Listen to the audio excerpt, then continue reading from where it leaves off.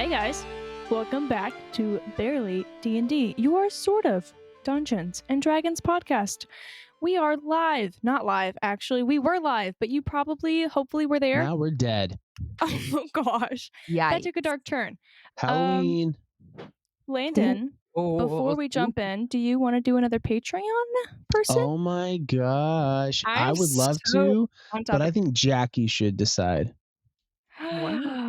But I You don't have a should list in front of me. You don't have a list of you don't know all of our patrons don't by know them? name and social Landon, security number? Name? I have a computer beside me that does not All right. let me Calm log- down, I everyone. decide? Calm down. Can I decide? Abby, you can decide, yes, but you can't pick your mom.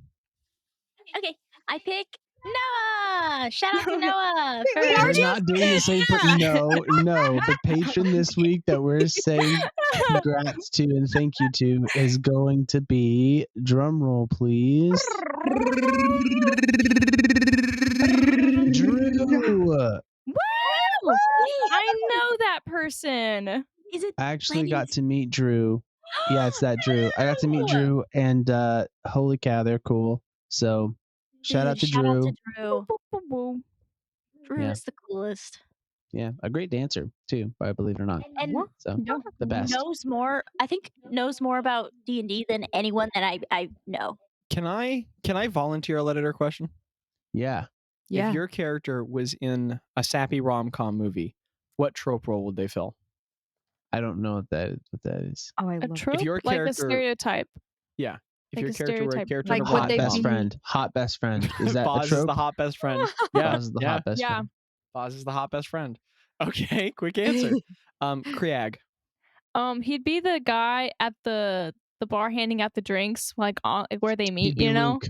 He'd be Luke Oh my gosh, from- from Gilmore Girls. from Gilmore Girls. He'd be I Luke. see He'd that. be Luke. He'd be the person like that you think Every is a question side goes back character to and then Gilmore Girls. isn't. No, the Mm, secret Ah. non-side character. I love that. for yeah, him. love it. All right, Jabby. Okay, I feel like this is a row answer, but she would definitely be the clumsy main character Oh my girl goodness. that's searching for Yeah. love, and she's clumsy and Yeah. runs into the guy, and And then halfway through the movie, she takes her glasses off. What? Yeah. She would literally be Jess. Who's that girl? It's Jess. She'd be Wait, Jess. Okay, wait. She would be wait, Jess. Yeah, though. Okay, honestly, but wait, Ro but is yeah. very Jess. That's who Dang, she Landon, is. She's that was just good. searching for her Nick Miller, you guys. Who's next? Get Ah. in line. Don't ruin the show for me. I haven't seen it yet. More like King Noah. Greed Gorb. I don't know. No, wait. King Nick is what I meant to say. Yeah, I was but like, Noah, wait, Is there a you're grandma also character? a king. The wise old grandmother. Who's Gretta's character? Old. Well, the Also, grandmother from Crazy Rich Asians. Just to help buy Abby some more time to figure out what her person is, Thank you. I have to Thank give you. another patron shout out to Jonathan. He has been so helpful in helping me Yes. find the parts that I've missed in episodes that need to still be removed on before we get them in the main upload. Aw. He will Thank you, listen to the Jonathan. new episodes same day and then Thank you, text me Jonathan. the things that need to be fixed. And Thank just you want to let so you know, Jonathan, brother, you might be the best. you're Thank the you. best. So thank you so much, and keep Right. doing what you're doing because it's awesome. Yes, Much appreciation. Jonathan is our like own personal D&D angel. Yes. I don't know if this is gonna mean a thing to you, Jonathan, but if you listen to Critical Role, there is someone on the side of the organization whose job is to do nothing but help Matt keep track of all the lore. I think her name is Danny, and you're like our Danny. But anyway, Oh, Grebe Gorb. Babe Gorb. I don't watch a lot of rom-coms. Your What first about spoon. comroms? You know, that's actually my second top favorite genre of movie. You My picked a good third comrom favorite character. genre of TV.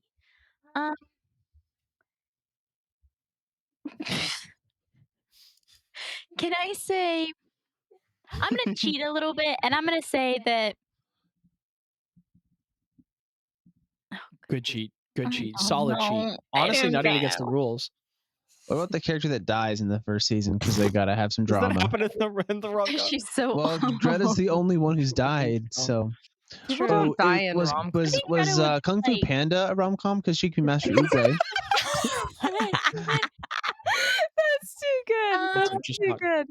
I told you the grandmother from Crazy Rich Asians. Okay, Abby, you are gonna have to hop in there with confidence because they're not gonna stop talking. You gotta own your spot, dude. I think that Greta would be, if she was the main character in a romantic thing, she would be like Fleabag in her younger days. She was definitely a Fleabag in her younger days. Breaking that Everybody, fourth wall. please go watch Fleabag. I love Fleabag. We Anyway. said, Abby, who's your rom-com character? And she said, yeah, shut up. Fleabag's really good. Oh, No, Fleabag. no, that's okay. That's a character. It's kind of romantic comedy. She would either be, if she was the, do y'all know River from Doctor Who? She would Yes. be like that. She'd be Yeah. like that. Okay. Or maybe, There's I think some we left rom the and actual com in question there. far behind, but that's okay. Who's the DM NPC?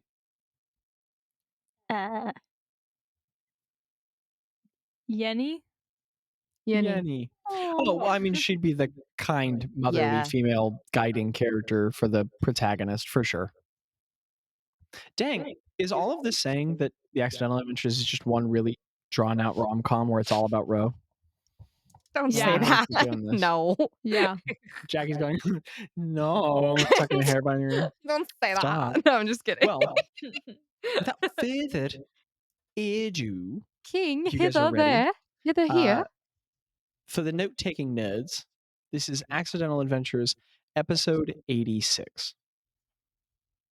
Oh, Captain, my Captain. Oh, no. Dead Poet Society is like literally the best. Oh, and that's also about a poem. But you know, like I know it from Dead Poet Society. Anyway, Oh, Captain, my Captain. This is a level 9 adventure.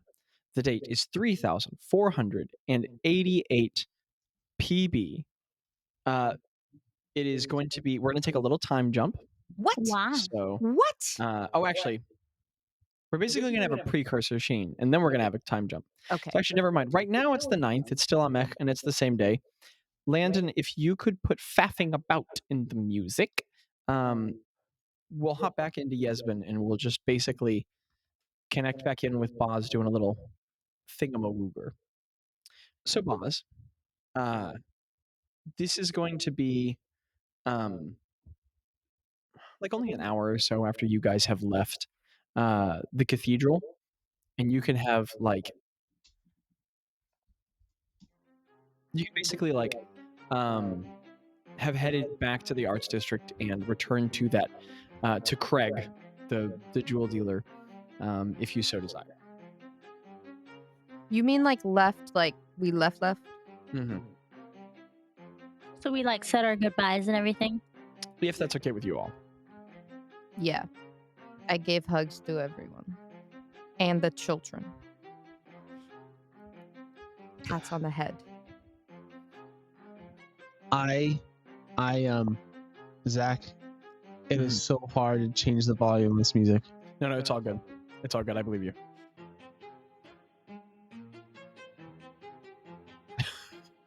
We're Is that done. louder? Is that louder? I don't know because it only apparently the only two volumes it has is booming and nothing. Yeah. So Well, not all the volumes are equal. no, I believe Some you. of them are like this long, and some of them are like that long for some Oh, reason. interesting. And Are so, you, able like, to, are you able to tab it with the direction keys instead of scrolling? Like you able to click on the drag and then tab it? no. Oh well, that volume's good. So whatever you did, that's great. Good. So Bazz, you Thank made your you, way it back. remembers it from episode to episode. So when we find the perfect volume, we can leave it there and not touch it anymore. That's true. That's true. Can So you head Wait. to the arts district. I was gonna say, can I say that I gave a few of my flowers to Yenny? Of course, Aw. absolutely. Okay. So y'alls, you've made your way back to the arts district, back to the nondescript building, owned by Craig, the jewel salesman. What you doing? Craig. Are we all Yeah. with him? Yeah. Yeah, bud. Oh, hey, hey. Is your name Yeah. Craig? Sorry, This but is for your you. business real quick. What is this? It's the thing I promised you. And I hand him this beautifully ornate, like stone molded form of a bear. Picks it up, rotates it, looks at it. This is This is onyx. Yes, I made that for you. Genuinely? Yes, that's yours to keep. Are you looking Thanks for for your some sort help. of a refund on this, or because all sales are refundable? That's yours. Put it up, and you gave me a huge discount, so I really appreciate that. You're just giving this back to me. Yes, you can sell it. You can keep it. Make a persuasion check. Okay, Are we all standing here watching this? that is a 14. Yes, but for an inexplicable reason, everyone's 45 feet away, and no one knows why. Can I say that last time I was on Bazz's shoulders, but now I'm on Tello's shoulders? Absolutely. I'm gonna And say it's a default. I make eye contact with the to guy say and do the same. that's his mom. The guy holding the onyx statue just goes, "Yeah, okay." Thank you. Thanks. Yeah, no, It's really kind. it's nice to meet you. So do you want something, or No, man, you're just giving me back part of what I sold you at cost?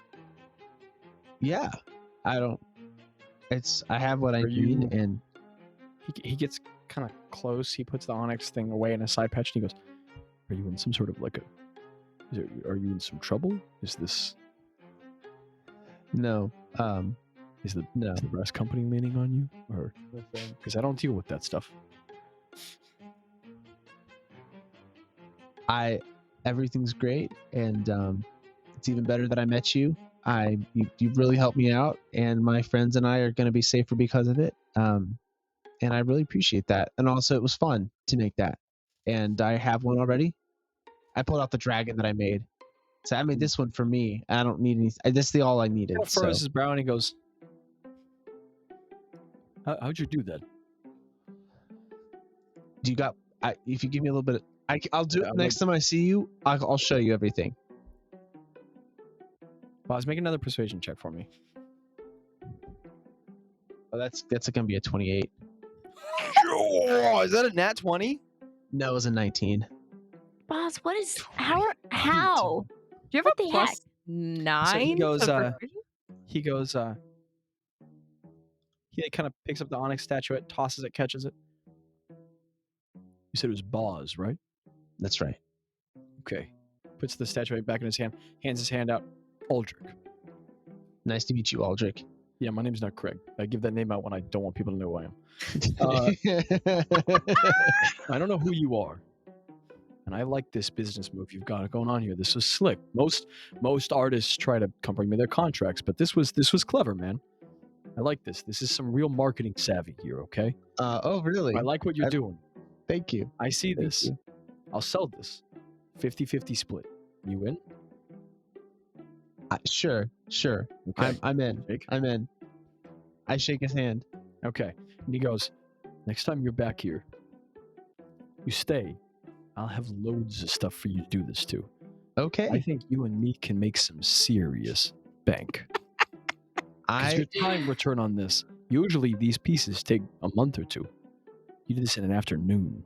I don't know how. I don't care about your magic crap. I mean, it's good for you. But this is a business venture. Okay. And you won't get deals anywhere else in the city like this. Okay? I get the best wholesale supply. Right from the Hushan mines. You come here, I'll treat you right. If we come back before we head off, I'll spend some time here working with you. Okay. What other stones do you got? I hear whatever you need, buddy. All right. All right. Specifically, I have onyx ruby and a lot of agate. Very nice. Which is hard. Fine. It's good stuff. I believe it. All right. Well, good luck, and I'll see you again soon. He, for the first time, gains like a warm expression, winks at you and goes, "Good to meet you, Bazz." Nice to meet you too, Aldrich. And I turn around and walk back to my friends. He's pretty cool. I think we just started a business together. You are such a barely a wheeler and business. also a dealer. Ooh, nice one, Micah. I was just trying to give him a little gift, and he wants to make money. What'd you say, Micah? It's barely a business. That's the name of the LLC, Barely Business. Fun fact, Mike came up with the name of this podcast. That was all Mike's idea. You know, Was it? I just genuinely- kinda it work like literally that. was. It Oh, was. I Mike, didn't know Good that. job, Micah. I forgot you know, because it was 2 years ago. I'm not gonna lie. I have the memory of Dory, and I don't remember that, but I trust Landon, You know what? and I Golf believe clubs for that Micah. I believe that what he's saying is true. I was sitting there like, I want it to be like kind of Dungeons and Dragons, but we're not exactly. And it's like sort of Dungeons and Dragons. I don't know, it doesn't sound good. And Mike is like, how about barely Dungeon? How about barely D&D? And I was like, yes, it's perfect. And now here we are. Oh, that's right. Because I wanted to name it 350896. That's right. I thought 54238 was a good one, but I was Guys, going stop giving out your social 73433. security numbers. That's a short social my social security security number. number is actually 952825137 if you want to use that. So You just guessed mine. That's good. That's good, Jack. Landon cast divination. I know Zach wants to get out of the city, so let's go. And then Yasmin's really cool. Okay, on to the episode Zach had planned. Is there Abby? is there any fountain on the way out? Yes. I jump in it. I throw a copper piece in and make a wish. What do you wish for? If I tell you, it won't come true. Well, if you don't tell me, it really won't. yeah, that's Type it in the true. chat. Type it in the chat, Jackie. No. Oh, I could, I guess, so the listener doesn't know. Oh, boo! I toss a coin in as Ro does, and I wish for I this. toss a coin for your witcher. No. Landon, can I say what you typed? It says, I wish for Ro's wish not to come true. mean? Now it's not gonna come true, Ro. You're safe. Because Bro, what's the thing? What do you wish for? It's like a wish, but like also a prayer to say Loon, like she's doing that, but it's like also a wish just to keep Yinny and the children safe. Oh no. I toss another Yeah. coin. Good and I say, job. I wish her wish does come true. Bazz flips the coin and goes, hope the dragon comes back. So My dragon. So smash cut. But I don't deserve this. Landon, could you switch out and go to the Queen of the Fae song? Oh no. You've heard this song a million times, Abby. I know, but the Queen of the Fae is coming. That's That's just what it's called. Kitsiegi comes back and says, I've come for your short dwarf. Dang it, who am I going to marry in 40 years? Years? Guys, Wait, hold on a that hot wasn't second. 2 years on. 4 years? 40. Oh, 40. I was like, it's not a lot of years. I said in 40 That's like a years. standard engagement. months. Yeah, I said if we don't find Bro. someone in 40 You're engaged. 40 It's just years. 40 years. It's just a 40-year engagement, but you're No. engaged right now. Mm-mm. Yeah, you are. I may not be You're your typical engaged. bard, but I am a bard. You're engaged. Not Hey, you staying can be engaged for 40 polyamorous. That's years. fine. And Whatever your this. business Oh, I am is. not. I am not that. I didn't say that. This and this Congrats is on the the engagement. conversation that the group is having as they walk down a highway. So Arguing with each other. the date is Bialadron 12th. It is 3 days later. It is. I wrote this down.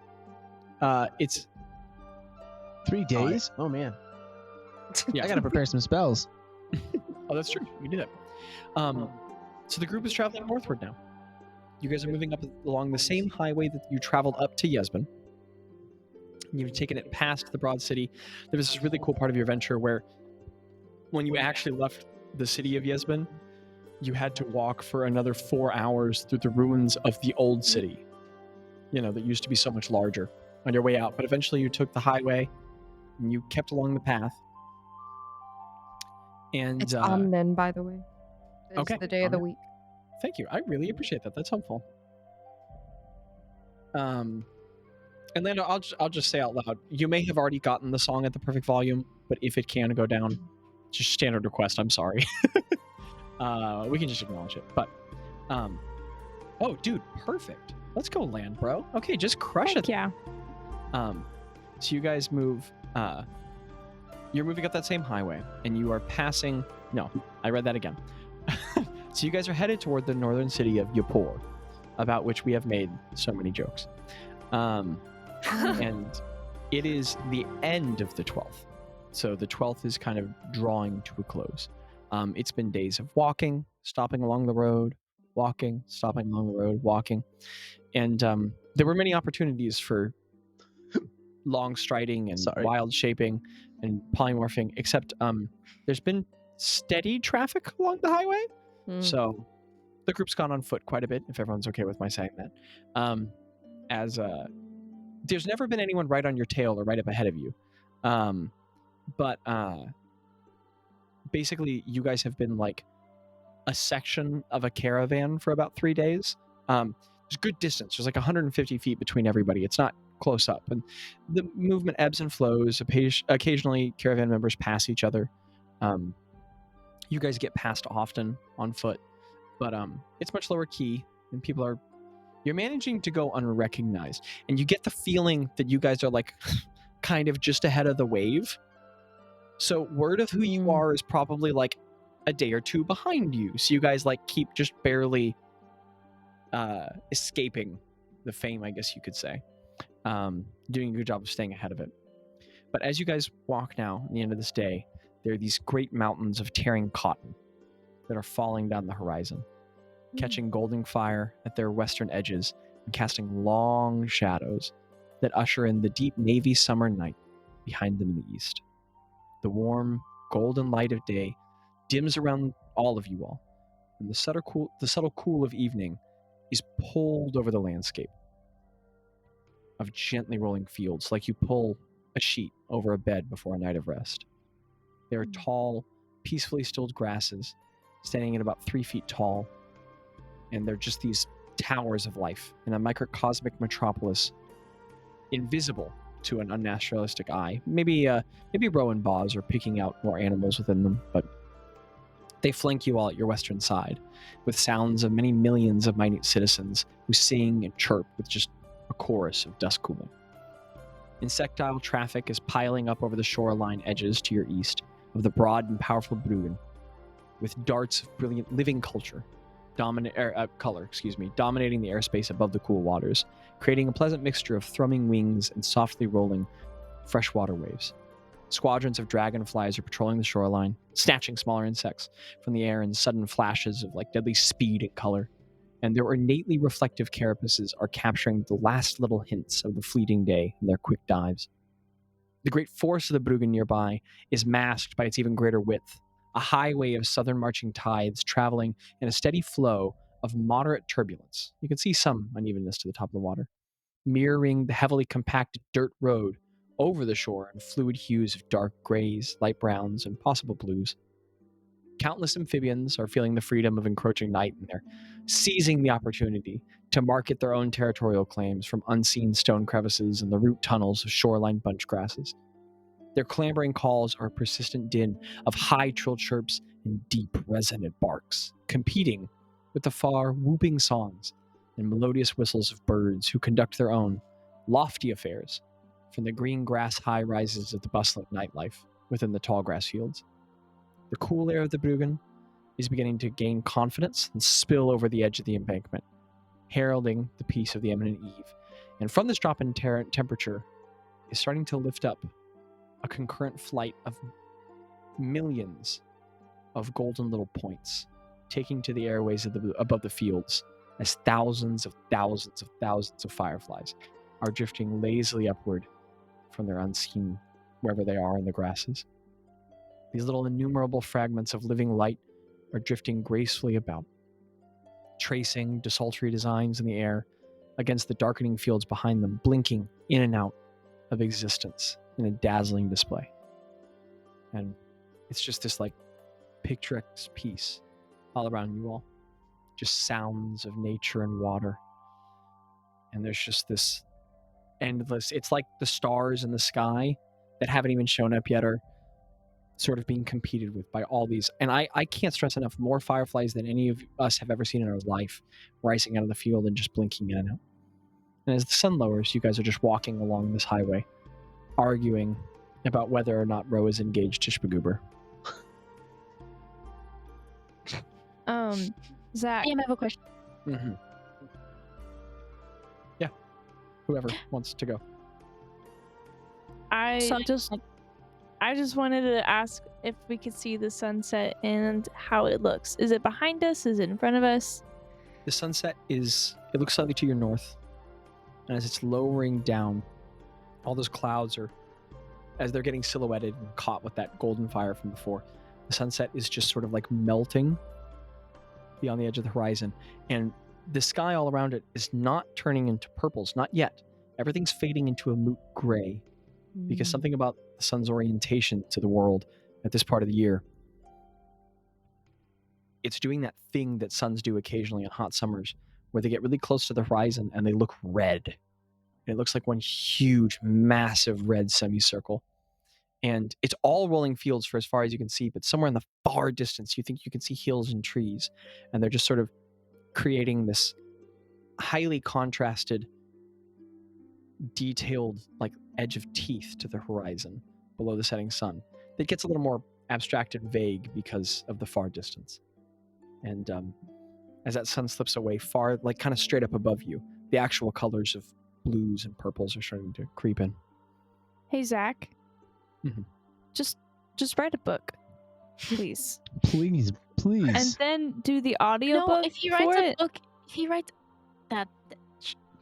she's right though. But if he writes a book, he wouldn't do Yellowburn anymore. But you should write a book. I'll write the book when we're done. Heck yeah. So never. After Pinky this session? promise? No, just kidding. Okay. I'm happy. I loved the teeth description thingy. That was so good. Okay. Satisfied. Have I seen fireflies before? No. No. First time. Oh. Okay. So I see them in the distance, and I'm Ro. Hey, what's up, Gretta? You cast something? Can I cast something? No, did you? Oh, did And then, I? like another one lights up nearby. Oh no, those are What is that, Ro? There's another one. DM. What would She's I like call trying them? to watch them, but she's not quite sure what to look for. Like, do we call them lightning bugs, or do we call them fireflies, or do we call them? Jackie, you're the Zegian. What do you call them?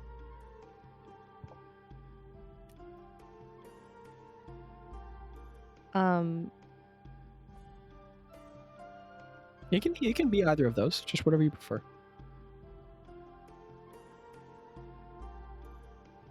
I was gonna say something like twinkle flies.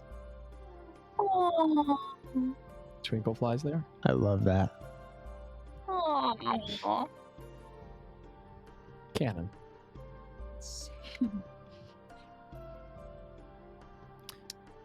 Greta, how much? I call them boom bugs.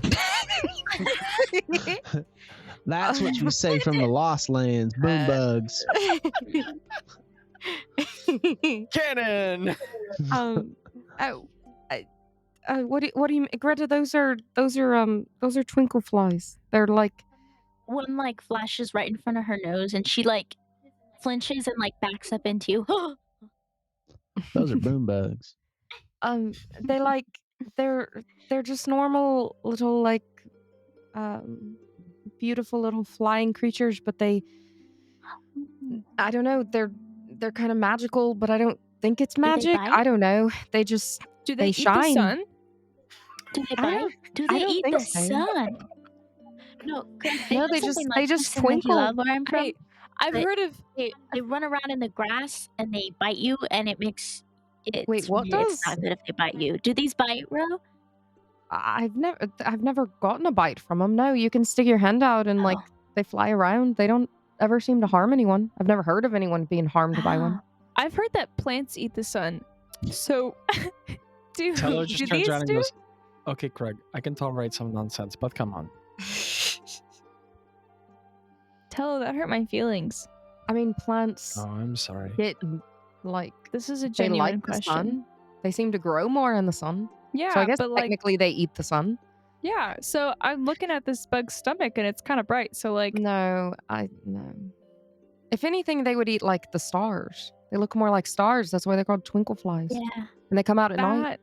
that makes sense. Oh, they're so Maybe they're pretty. from And the you're sure that they stars. don't bite? Greta, in all my Do you wanna years, hold one I and grew see? up here and they've never, like, people Okay. keep them in jars to light up Okay. places. Like, they've never, Oh. no one's ever been bitten by a twinkle fly. Okay. It's just in Zillium? In Zillium, they have these things that it's not good, but okay. What do you And mean Greta not good? runs off What are and they? starts chasing them. Greta, how long do you watch these fireflies? These twinkle flies? As long as she'll say that she runs after them and they're pretty easy to catch, so she like kind of plays with them a little bit, and then she gets one on her finger, or like finds one on the grass and just sits down and she starts sketching it and taking notes about it. So she's gonna write that down in her Greta, sketchbook. And as you do, and you watch them, and it's not hard to like sort of take pauses and catch back up with the caravan, you notice that they are not the only creatures lighting up in the field. That there's all these little golden points, but there's also like kind of darker orange ones. And as you watch those, you realize that there are jumping spiders moving from blade of grass to blade of grass. And in fact, you recognize these. This is that clear one you found from before in Zedge.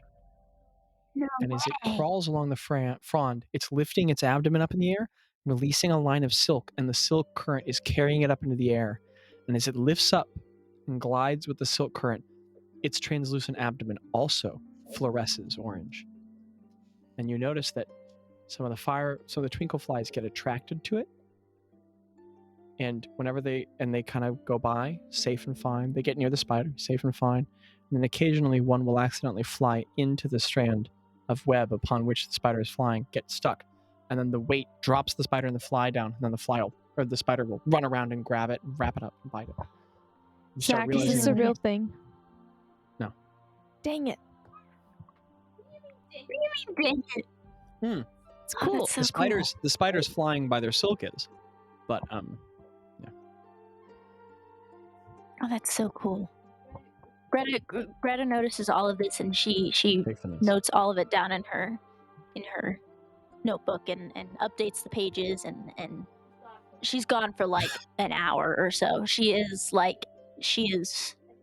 every once in a while we'll see like a little brown bun popping in and out of the grass, but she keeps the grass is tall, so it kind of swallows her up, and then she's like crouching down on the ground looking at. She's gone for like an hour and a half maybe. And in this time, it becomes fully night, and the twinkle flies get even more magical. If there's a time where like Greta runs by and Ro sees her or something, Ro just like quickly says, "Greta, if you ever want to be one, let me know."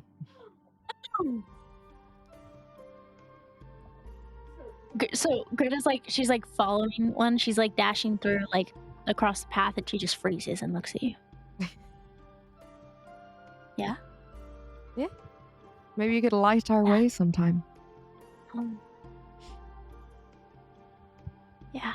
Greta, I've gone flying before. It's not worth it. Craig, we've Okay. all been Okay, flying before. Okay. Yeah, but like flying, there's nothing under me or Greta like runs holding away. me. Micah, Greta was I'm a not bird. kidding. The fact that Craig has experienced the miracle of flight and is just thoroughly impressed is one of my favorite character choices ever. Where he's just like, wow, this was overrated. He's a under the ground, on the ground kind of person.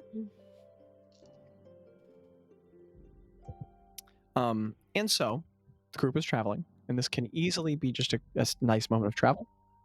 And we can move on to the next day and finding the town, or this could be an opportunity for the group to stop at like one of those little rest stops in between and just have some roleplay time. Do with what you will. What time is it? You all. What time is it? It's about 8:51 p.m. Actually, we'll say 9:09 at this point because it's gotten fully night. I ritual cast commune with nature. Okay, so pause. You all stop. Takes 10 minutes, so do y'all You all stuff. stop at one of the padded down was grass gonna do areas at the side, and you sit out with your staff, and plunge it in the ground. The roots go outward, trance, auburn light, and your ritual casting. I feel like when I do this, the little door to my little bee, like enclosure kind of like opens and they kind of like twiddle around the staff and around me just a little bit. They twiddle. Okay. Buzz and This hum. evening at the rest stop you all have chosen, there's only one other traveler with you, and it's just some really old guy with a walking stick who looks over, looks at you all, and goes, meh. Like you're doing clear magic, and he's just like, meh, whatever. Oh, I thought he went bah, like a sheep. A sheep. I was like, bro, what kind of? Greg, insight check. Oh crap. Okay.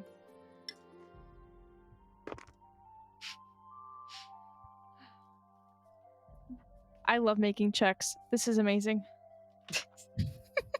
Okay.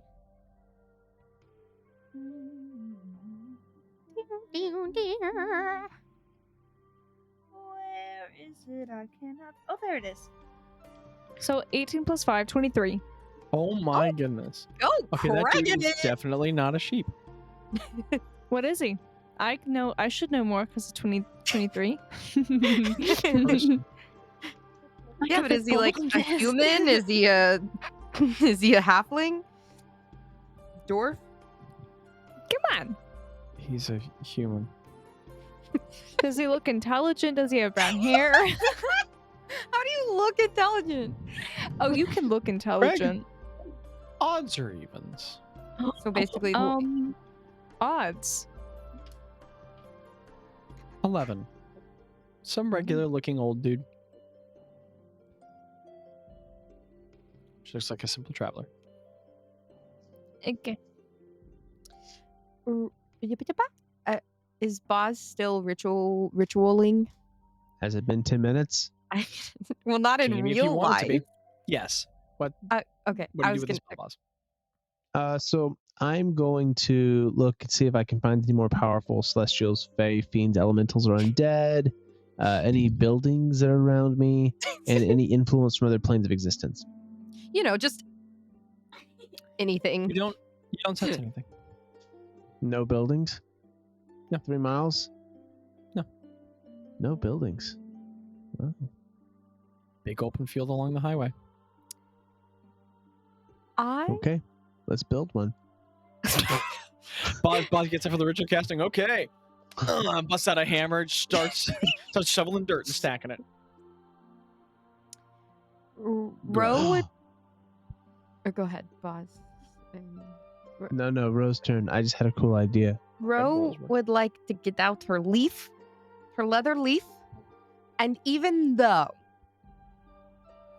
I they knew this cast was coming. Identify on it, she Goes would with us. obviously cast Identify just for her to see for herself because she's a very thorough, obsessive person. So she casts Identify on that leather leaf thing. What song do you play to cast Identify? Or what tune? Or what bippity bop? She goes bippity boppity boo. No, I'm just kidding. No, she I think it sounds a little bit like Nifty. The chaotic mage, I mean. So as you expertly strum and string out the tune and hum it, your green and purple magic flows around the leather object. And it's a very weird leather. It's very dry, and thin and soft. It has a greenish hue to it. And as you cast Identify on it, there's something about it that's resisting the identification, but you are able to intuit things about it. The enchantment on it doesn't feel powerful. It feels simple, just nebulous. And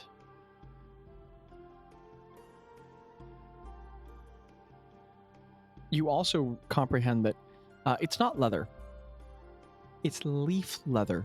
You divinate about it. It is a kind of leather. You have no idea what this is, but you magically divine this information.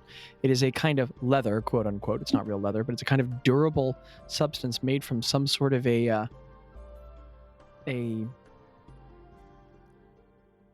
uncommon leaf. Yeah, this is the basic information. You divinate from the item with your spell. So, see, Abby, it is vegan. No, I'm just kidding. I Um, mean, Floats your boat. whatever. Huh.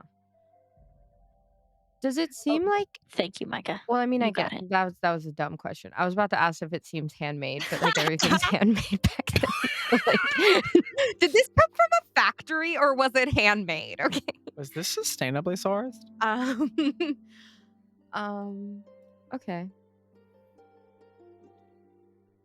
Anybody else doing any other sort of a hooting anything? Does it seem like really, really, like, does it seem like, I know it was given to me like when I showed up at the orphanage, but does it seem like older than that? Like, does it seem like worn or like really old? Yeah, or- it has a look of worn. It doesn't look new. Yeah. Okay. Yeah. Okay. Also on the back it says, "Ro, you're secretly." Bazz, what's up? Guys, I think Like I want to do start a something wildfire? dumb. You want to build the building balls? Oh, Like slay to a bunch of cats? Not that dumb. Craig. Not that dumb. I'm sorry. Tello I'm just sorry. pauses and he goes, "Craig, come on, Craig. I'm I'm saying your sorry. name again, It was Craig." it was dumb. I can agree Like that it walk was into a hag's really shop? dumb.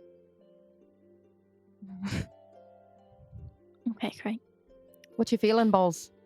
I think I want to scry on the count. Oh. Yes. Mm. Yes. Tello kind of sits up straight. What do you need? I've got some incense. What do you? What do you need? Okay. I'm serious. I don't need wait. any- Hold on. All right. Okay. Let's talk that out. Yeah, Yeah, I that's why I'm bringing it up. don't. Okay, I Thanks, don't know. Thank you for letting that go first. I don't know. That's that spell where you look at people, right? Yeah. Yeah, you can hear what they say too. But can they hear back? Like, can they look back? Only if they have true You can sight. look back. Well, No- like- what? No, that's definitely not true. Okay, but if I have, we got the proof of detection necklace. I mean, Yeah. does that? I guess that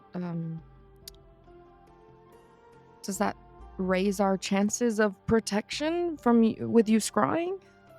What? Like, I I'm feel like- sorry. I'm Like, I feel confused. like because of the necklace, does is it all right for us to have like a little bit of sense of like it would be harder for him to look back at us? Yes. Definitely stay within 10 feet of me, boss, when you do it. Yeah. Well, I don't know. I mean, from what I understand about this, it's a new spell. I've never done it before, but from what I can tell, you have to be able to see extremely invisible things. And at that point, I don't think you even necessarily know who's looking at you. You just see like an orb floating around you, which you can like blast or destroy or whatever.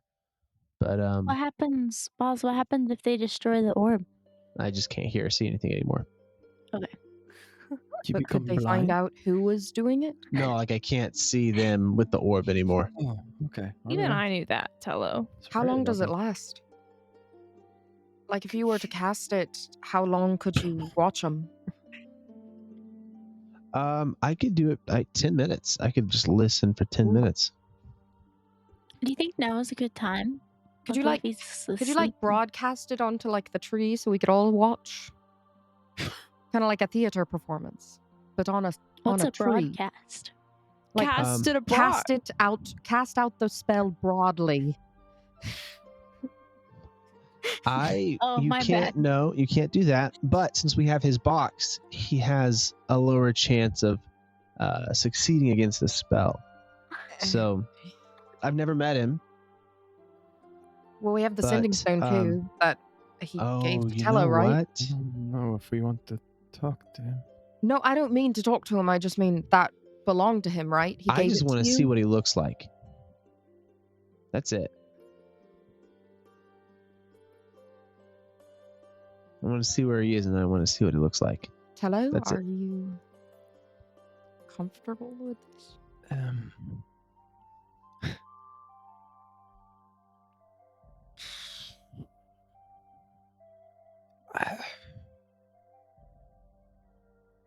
I mean, I guess if we're protected, then it's okay. Truth be told, I'm scared of that. Tello, I feel like guess- this guy's. We have this necklace, but he's not going to stop coming after us. can I ask you something, Tello? Sure, How, yeah. like the box, did he enchant that? Like, how powerful is he? I don't Do you know? Like, can he cast magic? I think so. I mean, yeah. Yes, I know he can, but I don't know how much. I don't know. Okay. I was just Yeah. wondering if he was the To one be that honest, if he was the one that my- did the box, then he's like extremely powerful. my he's grasp that of magic is not as deep as most of yours. It's grown a lot from witnessing the insanity of us of this, but I don't know. I know he's strong, but I also know he's politically strong. I don't know. If he's that powerful, this spell's not going to keep him from seeing us. That's true. That necklace isn't going to keep him from seeing us. You know, he currently has a lot more information on us than we do on him, and I highly doubt that this is going to change anything other than give us some more information about him. I mean, you make a good point. If Do you, you feel confident, Buzz, I trust you. I mean, it's like 9 o'clock on an Amen. Like, what's he doing right now? You know. Yeah, it might get an interesting picture into his life depending on what he's up to. I mean, like we said, he's a very political guy. He may be at an event or whatever. Who knows? He might be running for office. You're right.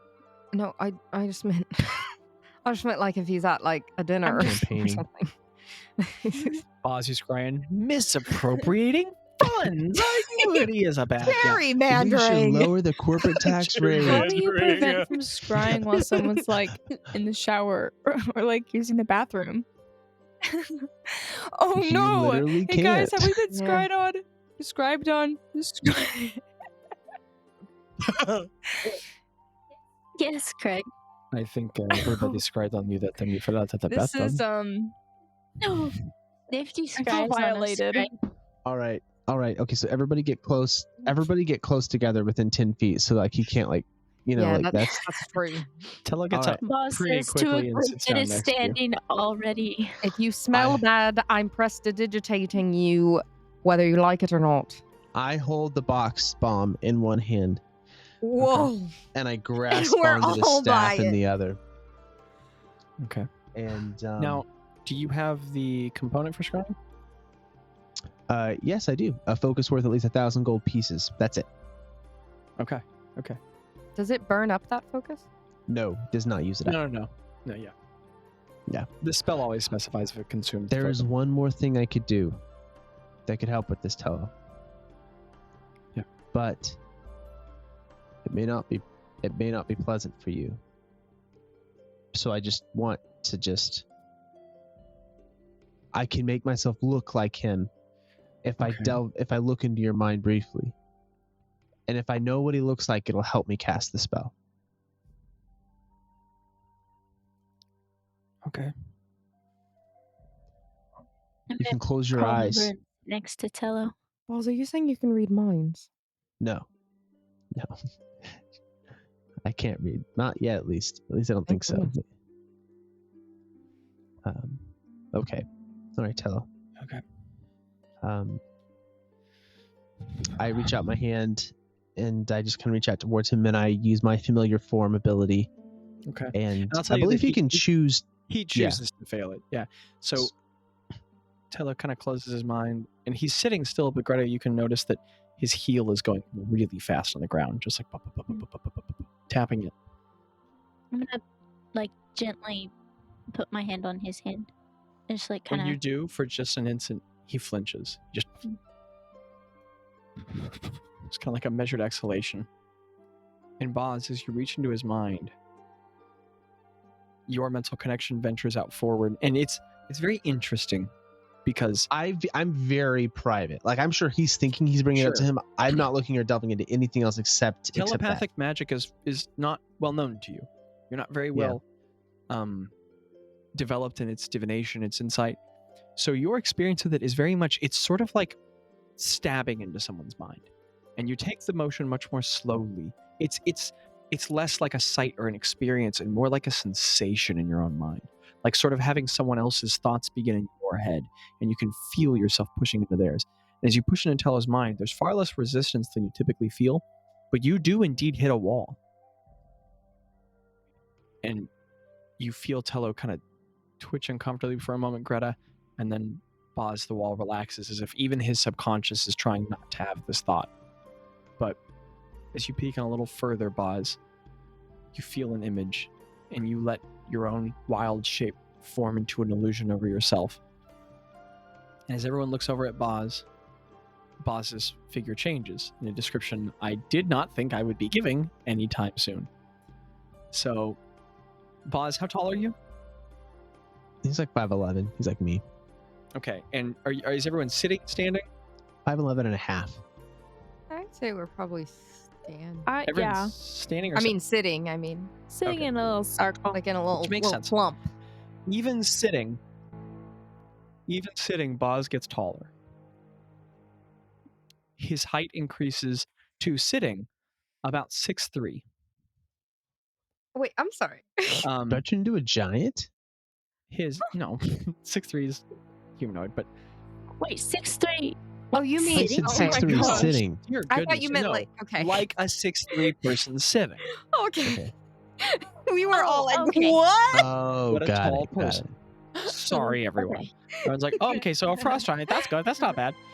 Yeah, no. So Bazz, you like, his head gets tall, like higher, his arms get longer, his limbs all grow. His skin loses a lot of color as he becomes very pale. His hair elongates and pulls together. You know what, Bazz? I didn't think I was going to need it, but I thought I should have it just because. Can we put the darkness song on? Just because we're interacting with the character. Is it too loud? I don't know. We'll find out. A little loud? Yeah, maybe just a little bit, but it's pretty good. No, it's so dark.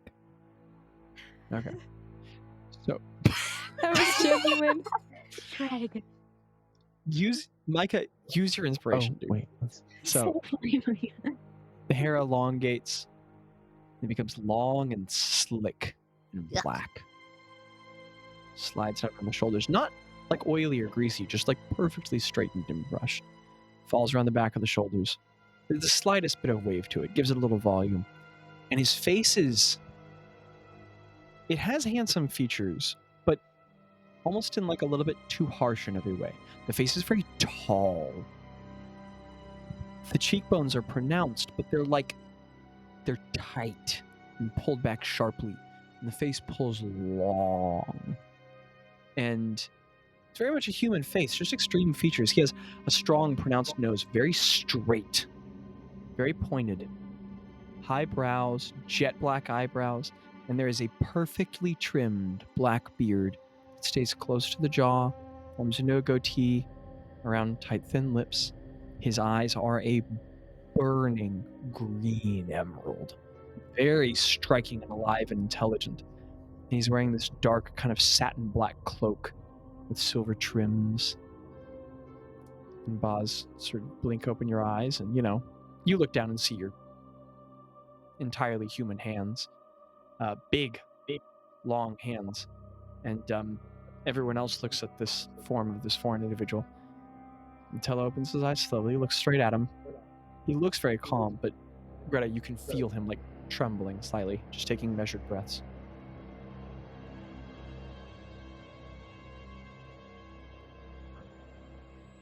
Okay. Us? What does his voice sound like?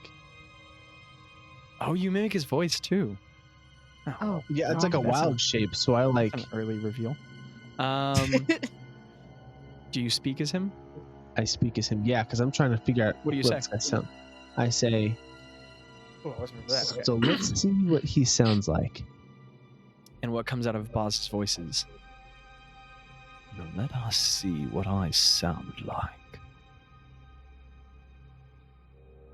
How old does Okay. he look?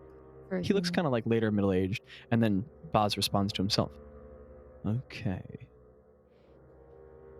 Obi-Wan Kenobi. Obi-Wan Kenobi. I'm joking. It's a very good voice, though. I I'm liked it. joking. It's a very good voice. Okay, so I close my eyes. I'm going to do it as him. So if he somehow is going to look back, he's just going to see himself. Okay.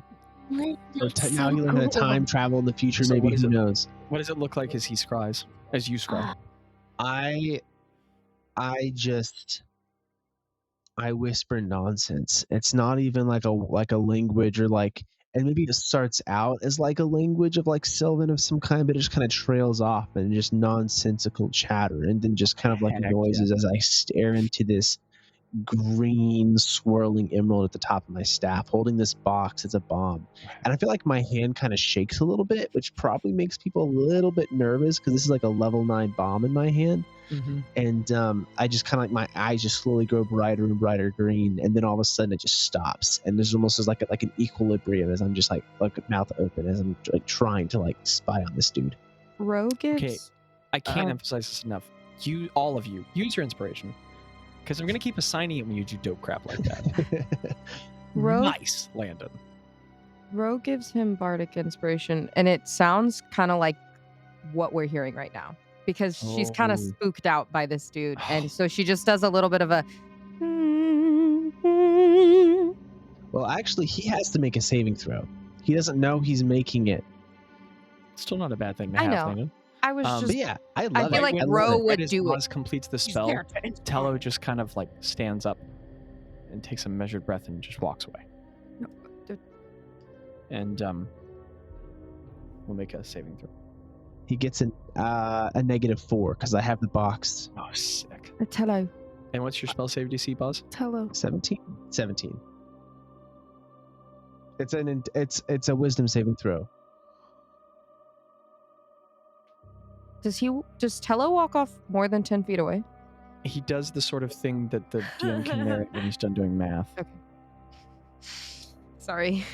Okay, that I -4 was important. So, Bazz, your consciousness increases outward. And as it reaches and sort of your vision folds back into your own sight. And after Bazz, everything goes still and his eyes still burning green. They just roll back into his head loosely. And Bazz's vision just sort of like, or pulls apart into like kind of grays. You get the feeling that a new vision is forming. And that item you held was very important. He would have saved without it. And I'll come back to this, Landon, but I'll answer Ro's question real quick. Okay. Yeah, Tello kind of like walks about 10 feet away, takes a measured step and just walks about 10 feet more and just stands at the edge of the field, and he just looks out over the grasses, kind of like breathing a little unevenly, but trying to steady himself. And you guys watch him keep making fists at his side, and he stands over there for a while, getting lost in whatever he's looking at, and his fingers keep kind of like subconsciously, his fingertips keep kneading the ends of his like hilts to his many knives, just kind of like touching them on and off. I'm gonna, when he kind of walks away and gets out of those about 10 feet, I'm gonna run out and follow him and say, tell the necklace. You okay? What? The necklace. He Rose puts a hand on necklace. it- We hand need on to his stay neck. close. Oh, yeah. Okay. Are you okay? And he just kind of like he like walks the wrong direction for a second, stops, and kind of makes his way back to Bazz. And Okay. now he can't quit looking at him. He's just Okay. staring at Bazz and treads up. And he stands there nearby, and it's like he seems a little out of his own body, and he cannot take his hands off of the knives at his side, and he just stares at Bazz. Okay. But he gets within range. Okay, Greta's gonna stand. She's gonna put herself between Tello and Bazz. With her back to Tello. And just watching Bazz. Bazz. Odds or evens? Odds, because I'm an odd guy.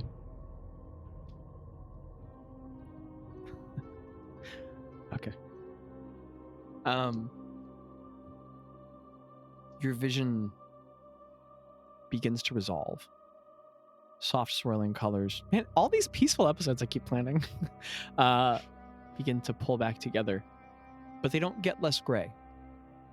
They form instead into cloud cover. Sort of a thin lacing of cloud and a great halo over water. Dark black waters, the edge of which you can't tell from the velvet sky above them. Some stars pinpricking above, and 2 moons, one central in the sky, one lower down, with cloud passing in between it, describing its shape with the brighter silhouette ahead. And there's a pronounced cliff face, extreme even, jutting out over a dark stony landscape. And rising up off of the edge is a very tall stone wall, many stories high, with strong parapets, harsh, simple architecture, battlements at their corners and their edges. And rising up from it are, let me check my notes on something real quick.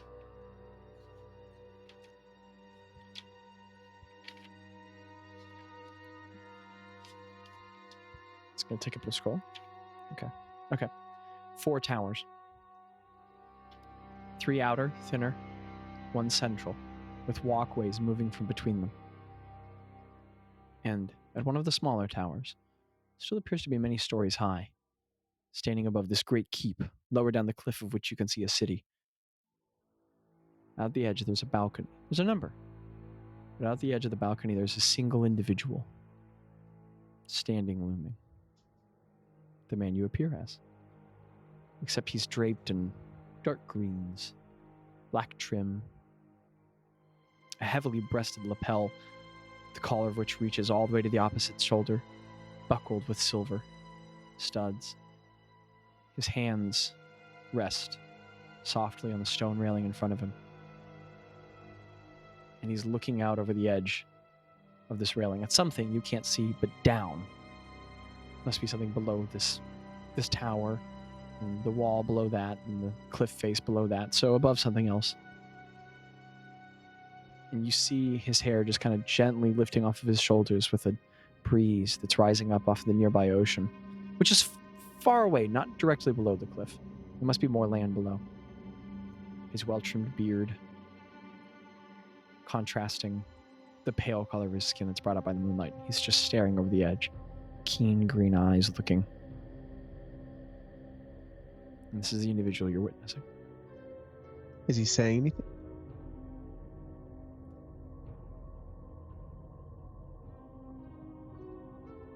He's just watching for the moment. Scrying lasts for 10 minutes, but at the moment he's just surveying. You see... Make a perception check for me, Bazz.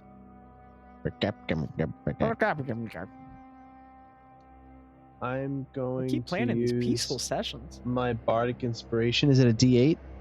Yeah. Okay.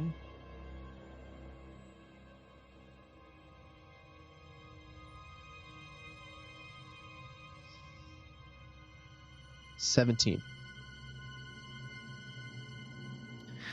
You can see on his fingers, he has rings. On this ring, on the middle finger of his right hand, a golden ring with a very intricate amethyst structure, the bronzest gold of which intervenates its 2-lobed hemispheres. And it looks quite a bit like a brain. Purple brain set in the golden ring with blue agate trim along its edges, glyphs along the tracing. And on the left hand, same middle finger, a silvered ring of just sort of like a face, and the head stud of the ring is drawn so intricately that it looks a little bit like a face, but the skin of the face, though abstract, is so tightly pulled against the carving it resembles that it almost looks a little bit desiccated, like it could be a skull, but no, it's a face. And there's these 2 tiny little jades set in for the eyes. You can also see some glyphic trim to this. And he's just sitting there watching for the moment. Are any of the other fun guys doing anything as Bazz scries? They don't need to. They can just be watching. Ro looks back at the old man to see what he's doing at their camps. The old guy is staring at you all in abject horror. Just, you see him look at the ground. And Ro, I feel like we've said something before about you being able to read lips, and I don't want to give you that ability if you don't have it, but have we brought something up about that before? I think so, yeah. That sounds familiar. Why? It's not part of Keen Mind, is it? No, that's the observant feat. Yeah, that's observant, but I feel I'll tell like you there what. was something that Well, I'm definitely not going to did give you with that power if you don't have it. perception. So if you can find me the feature, you can. But I'll just say, you just, for the sake of plot, watch him mutter on his lips, "No, Carl, don't get involved with that. That's how you die." And he just looks out at the opposite field and Hey, quietly, shut up, Carl. Carl gets it. rolls over and tries to go to sleep. Carl! Aw. I was gonna do what you deepest got? insight, but Carl. no, I don't have to. Is he within 30 feet? You can if you want to. He's Well, you within- don't know what okay, Ro knows. I'm gonna do deepest insight. Carl, that Carl kills check. me, We reading minds tonight, boys. Okay, I failed. Carl. Craig, Old's voice comes over and goes, "Oh, picking at buddy. the low fruit, I see." And you Dang. invade tenderless fingers Wait, into his mind, Can I do and the you just thing? feel Carl thinking, Okay, so "Yeah." can why I not?" say that only I see this, and it's almost like a vague. It's like a vague thing that I see as just the tendrils coming out. No one else sees it, and it's just kind of like it looks like smoke, but it's not. You know, and only I'm seeing it, and I can see it reaching out to him, and then it kind of wraps So around his cool, head, Greg. and then it kind of goes deep into him. Okay, I was gonna make a joke about, and then Zach sits there and sadly looks at all the pages of notes, but that's freaking sick. As these invisible, perceived tendrils dig into the man's mind, you reach in with your powerful magics. You divinate him, saying, "Oh crap, oh crap, oh crap, oh crap, you're gonna die, Carl! Don't move! Don't let him see you breathe! Maybe they'll think you're dead!" And he's just really scared. If I could just give, He's playing the I didn't see nothing card. I wish I had magical powers. Sad. Well, at the beginning of campaigns, you can choose a different class. Let's use magical well, like, powers. To be like, yeah, hey, what do you mean? like magic, happy and then it's like, magic. I wish I had. Anyway, so we go Like back sending- to sorry, things Micah. happening in the plot.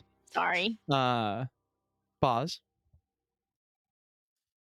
The Count just stands there, looking over at the edges, and you watch him as he keeps looking over the edge,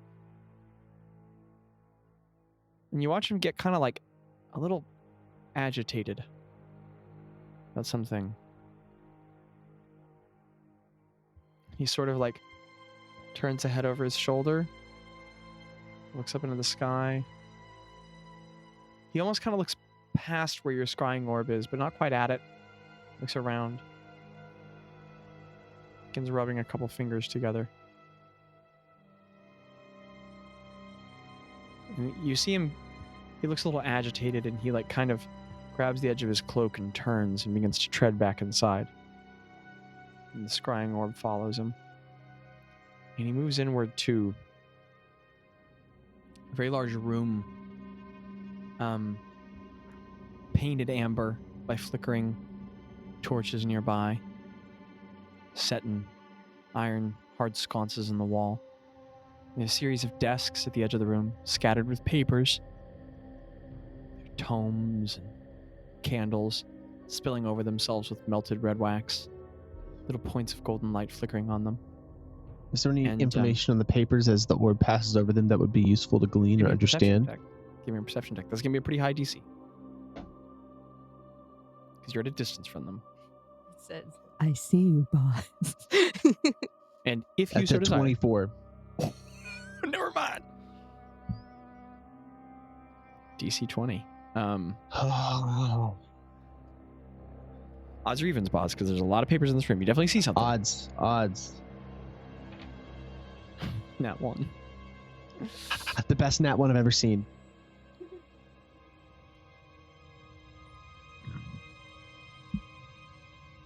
There's a lot to see in the room. You miss most of it, but not all of it. The scrying orb passes by a desk, and it's filled with scattered, littered notes and observations, all of which you can't read, but you can make out a map of Unsen. And laying across it halfway is another map. One of them is an excellent map of the entire continent, with 3 locations circled. 1, Port Resplendissant. 1, the great crater in the center of the continent. 1, scattered forest at the bottom, with a circle over its very center. The other map is a detailed city schematic cross-section of Port Resplendissant, and a series of spots on the map, circled. 1, La Corvée. Another, the Golden Anvil. A third, a warehouse far south in town you don't recognize, somewhere indiscriminately in a district. And the map is too detailed, too condensed for you to really make out any of these individual buildings, but you see their listed titles written by. This is how you perceive them. I have a question. And somewhere nearby, on a paper laying, you see a diagram drawn out for some sort of a circle. A magic circle of some sort. But it's too quick, too rapid. You don't get exactly what it's of. The scrying orb continues to follow him. And there's this fireplace at one end of the room. And there's this very warm orange fire. And he passes by all the papers, everything. Give me one more perception check, Bazz. I'm going to use my inspiration, because Okay. that was a natural 1. Oh, buddy. That's going to be a 10. Okay. As the orb passes over the floor, you can see something strange about the stone pattern. Wait, But you can't make do you out have anything bardic detailed. inspiration with He you walked still? too quickly by it. Okay. I Sorry. used it on the original perception check. But you do follow over his shoulder, and you're looking behind him now as he looks down into the fire. The warm light in front of him glowing at the edges of his silhouette, casting a deep shadow behind him which falls over the ground. He just crosses his hands behind his back and stares at the fire. And you watch him rub his fingers together. And it looks like a nervous twitch, but you start to notice a pattern in it. You can hear a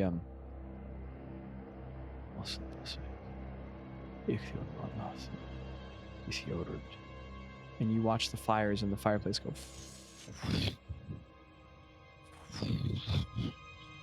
And you watch him just sort of haphazardly playing with the flames in front of him.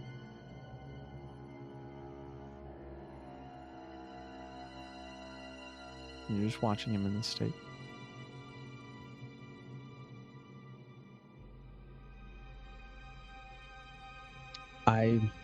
I watch until the spell fades.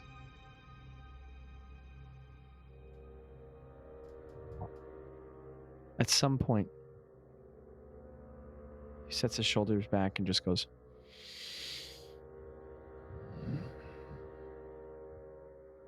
he turns around. And he looks up just directly at the orb. His green eyes flash up. And his facial expression is disconcerting. It's so coldly calm. And he says, looking at the orb, Indeed.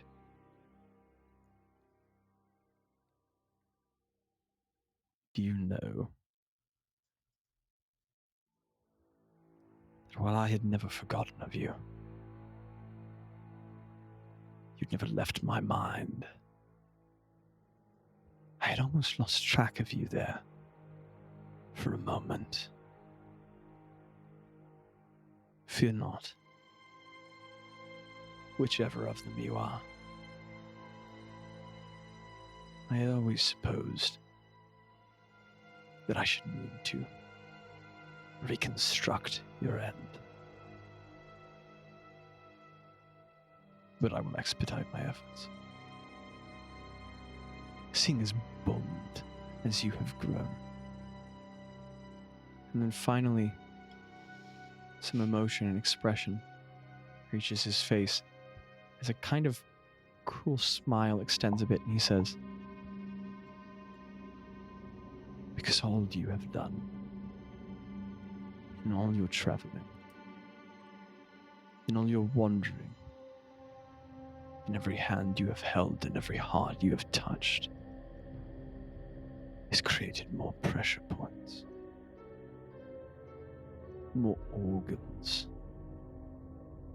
more valves of a heart which may be bled. I just cut off his monologue. It's like, okay, and I just kind of closed the door above. And Bazz just... and his eyes roll back. And as he sits up, Tello just sort of jumps and puts a hand all the way on the knife and then relaxes really quickly. I don't say any of yes. I was just gonna ask, just for us to remember, where do we know of the Count being? Like, were we going to the Count, and what was that location, or do we not know? No, I can't remember. No. Yeah, we were taking him something somewhere. You were taking right? a box to a business drop in Nikistanik. But not right. to him, right?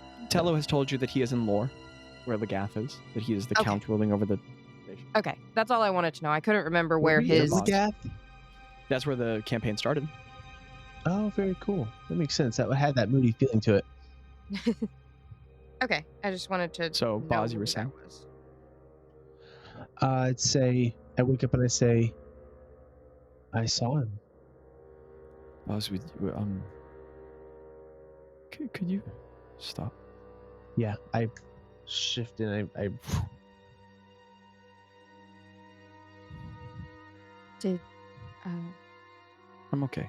I'm just gonna get some air.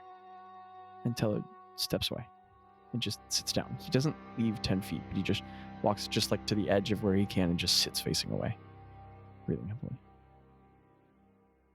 you said you saw him, Bazz. Did, he's really interested in Port Resplendi's son. Did he say anything that we can note?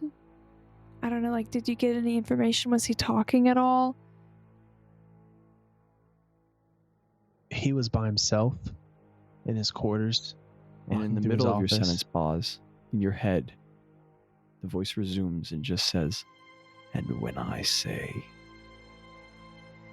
that you have not entertained or fathomed the depths I will take in twisting the knife in your back, let me tell you that the one thing you have not understood about me, my dear Bazz, is how much I am going to enjoy it.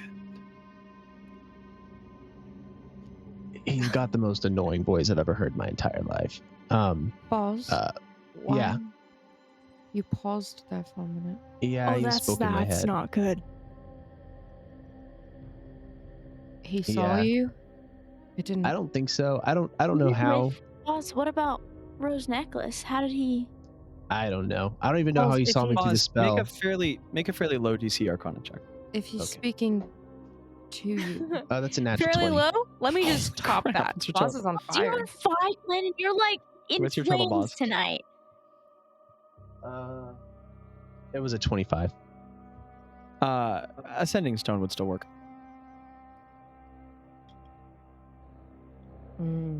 Yeah, but how do we know it was me though? Probably a lucky guess, Wow.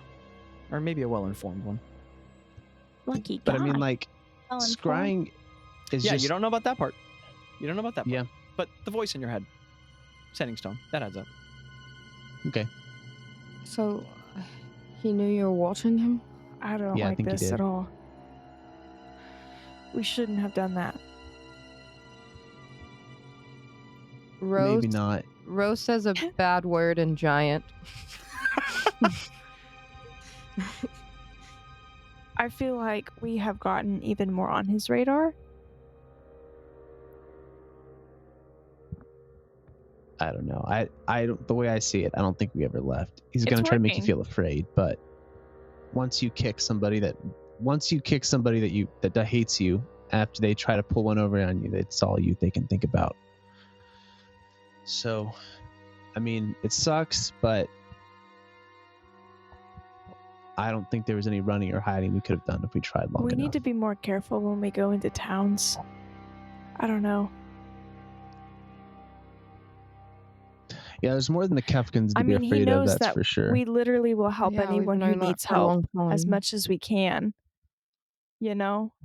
I feel like we need to be more Yeah. cautious and have this in the back of our mind, because if we're helping someone, it could totally be a trap and we just won't know it. Yeah. Does Bazz relay exactly what he said? Or no? I mean, I don't relay like the monologue, but I basically give the gist of what he said. Basically that like he doesn't like us, he wants to hurt us, he wants to find us, he wants to But okay, excuse me. I guess what I hope he burped in the middle of his monologue. I guess what I'm asking is from Bazz went for it. player's standpoint, Jackie, what I got was that he wasn't thinking about us, and then this made him think about us. So am I Well, wrong? knows? And because as player, right now you're in character. no, I know, but I'm saying like, so Bazz doesn't relay that. According to of what it. Landon has said, it No. appears not. No. Okay. Because I don't think Bazz realizes that. I don't think he's not thinking that right now. That's why I was just asking said if you sure? relayed. That's why I just asked if you relayed exactly. Because Ro could remember. Telco gets out his bag, rolls over on his side, and just pulls out his knapsack. Doesn't roll it out, just puts his head on it and rolls over. Hey, Bazz. Next time, can you not look like someone so creepy?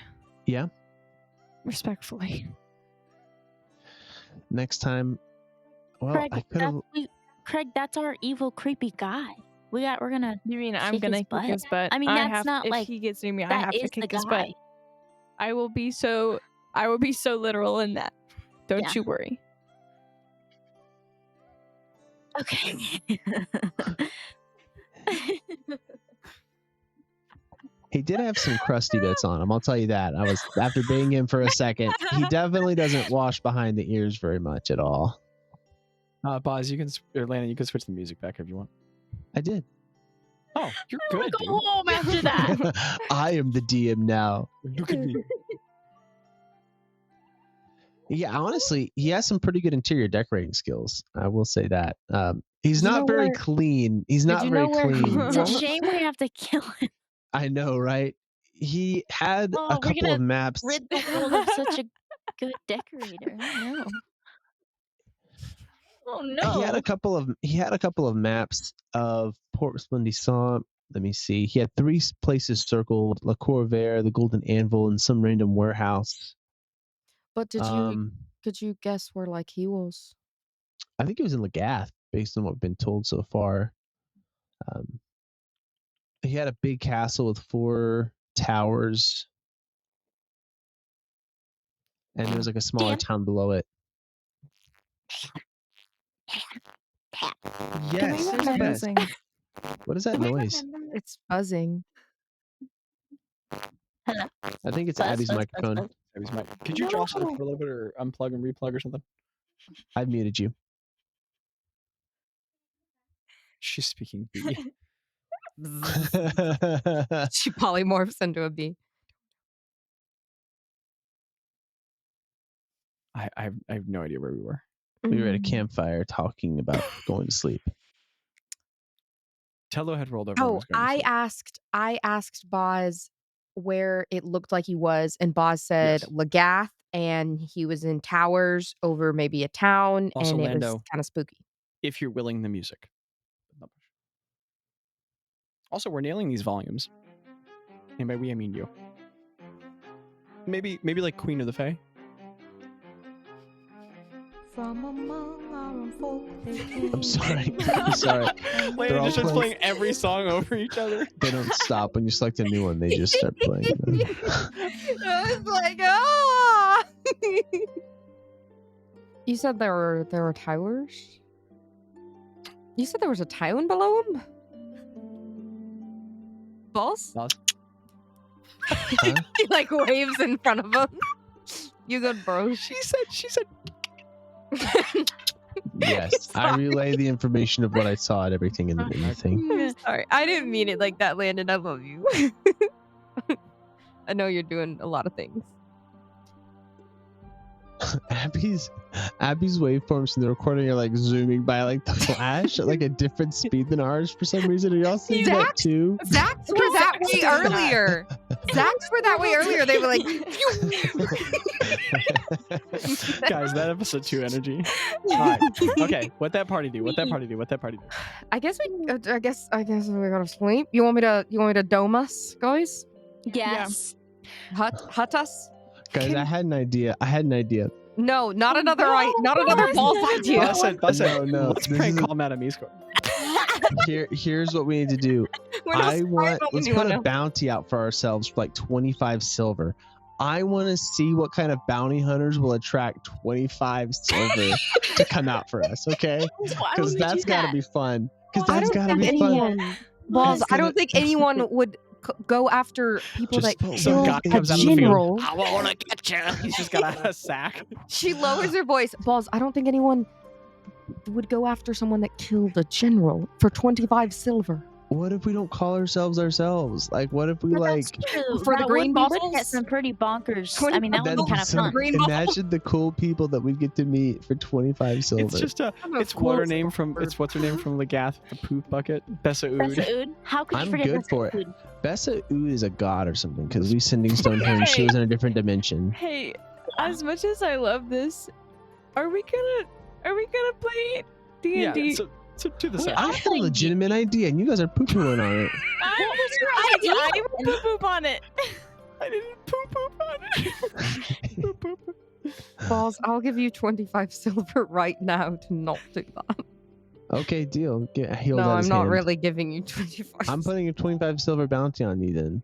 on me. Yeah, on you. Well, then I'm Every turning time myself someone in the in. party Give does me something Bazz doesn't 25 want, he puts a silver. bounty on him. No, you I'm have to gonna give me 25 silver. I earned Okay, the money. Greg, No, what- you put the what's your bounty thing? on me. Yeah. That's So right. hey guys, hey Well, Greg, So you gotta Zach, pay it. DM, can Yeah. I have a conversation with Old before I go to sleep? Absolutely. So row domes, boom, amazing magic. Everybody starts getting ready for bed. Greg, you're falling asleep, and you tend to reach up. Okay. Hey Old. Hello, Craig. It's been a moment. Yeah, how are you doing? I'm alright. I'm better. Further. I don't know what that means, No. but you I'm don't. happy for you. I Tell think. me I'd be of service, Okay, my so friend. have you ever gone to sleep? Do you go to sleep? No, Oh, I've never slept. But I well, also never really stopped dreaming either. is it kind of like how I'm not breathing, but also like still alive? Anyways, There's a genuine pause, and he goes, You know it kind of is. yeah. So I have this feeling, and I don't know if you've ever had this before, but like you are like about to go to sleep, and then you're like, no, I'm genuinely gonna have a nightmare tonight because of the things that I've experienced today. So is there any way that you could like make it to where I don't have a nightmare tonight? Because I feel it coming, like I feel a sneeze. That's a Mika, great metaphor. do you still have your inspiration? Yes. Please use it. That's so good. He just responds and says, Fabor? You know, assuming that the power which reaches out to you is not too strong, I think I could. I'll keep a little tentacle wrapped around your head tonight. Thank To you. make sure you're alright, friend. I appreciate it. Teehee. and then at like an unpleasant volume in your head, his voice just booms and goes, Well, I appreciate you. and it's you like sort of like, and, like flinch for a second, and then the presence leaves your mind. I didn't know his volume could change. Dude, you're on fire. Okay, I shut my eyes and I'm just thinking about old and his And voice Craig, volume changing. it's comical. You're like, okay. And just said, boom, out. Oh. Nice. All right. Landon's being helpful in the chat. Ro, did you want to talk to Bazz? Yeah. You can do that. Bazz, are you pooping? Are you following me now? Okay, wait. Wait. So, hold on.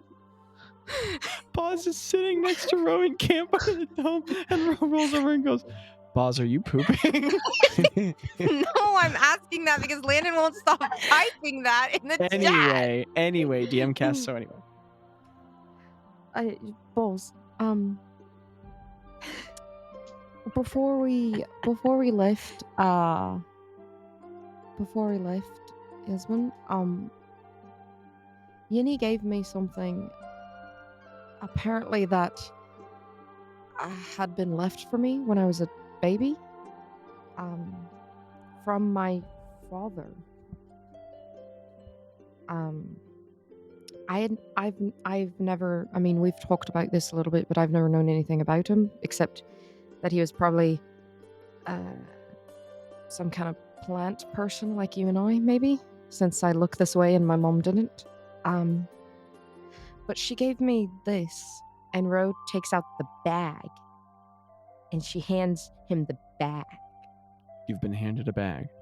You have secured the bag. Thank you. No, it's not a gift. Oh, sorry, I'm very tired. Thank you. I open He it. puts it away. I identified it, and it has a little bit of magic to it, but I was wondering if you've... Do you want me to open it? Can I open this? I was just wondering if you've ever seen anything like it with your people in the Coastlands? I have a lot of bags. No, not the bag. What's in the bag? I open up the bag. The- Do I the leaf, recognize? Yeah, it's in there. Okay. You pull it out. Bazz, history check. Oh, man. Can I give him bardic inspiration? Yeah, you know it's coming. Yeah. Yeah, I give it a little. There's so many Bazz rolls. And he's killing actually every single one of them. Even the bard. 17. 17. Even with the bardic inspiration? I got a 1 on the bardic inspiration. Okay. Wait, Bazz. Yeah, you've totally seen this. Oh. This connects to a group. To something clave.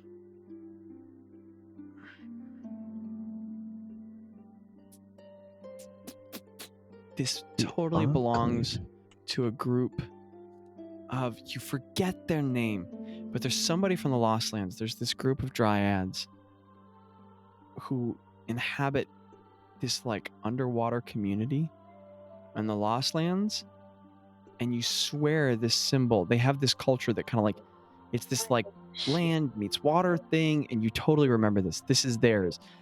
This is definitely from the Lost Lands. This is from Agba. You just can't remember where.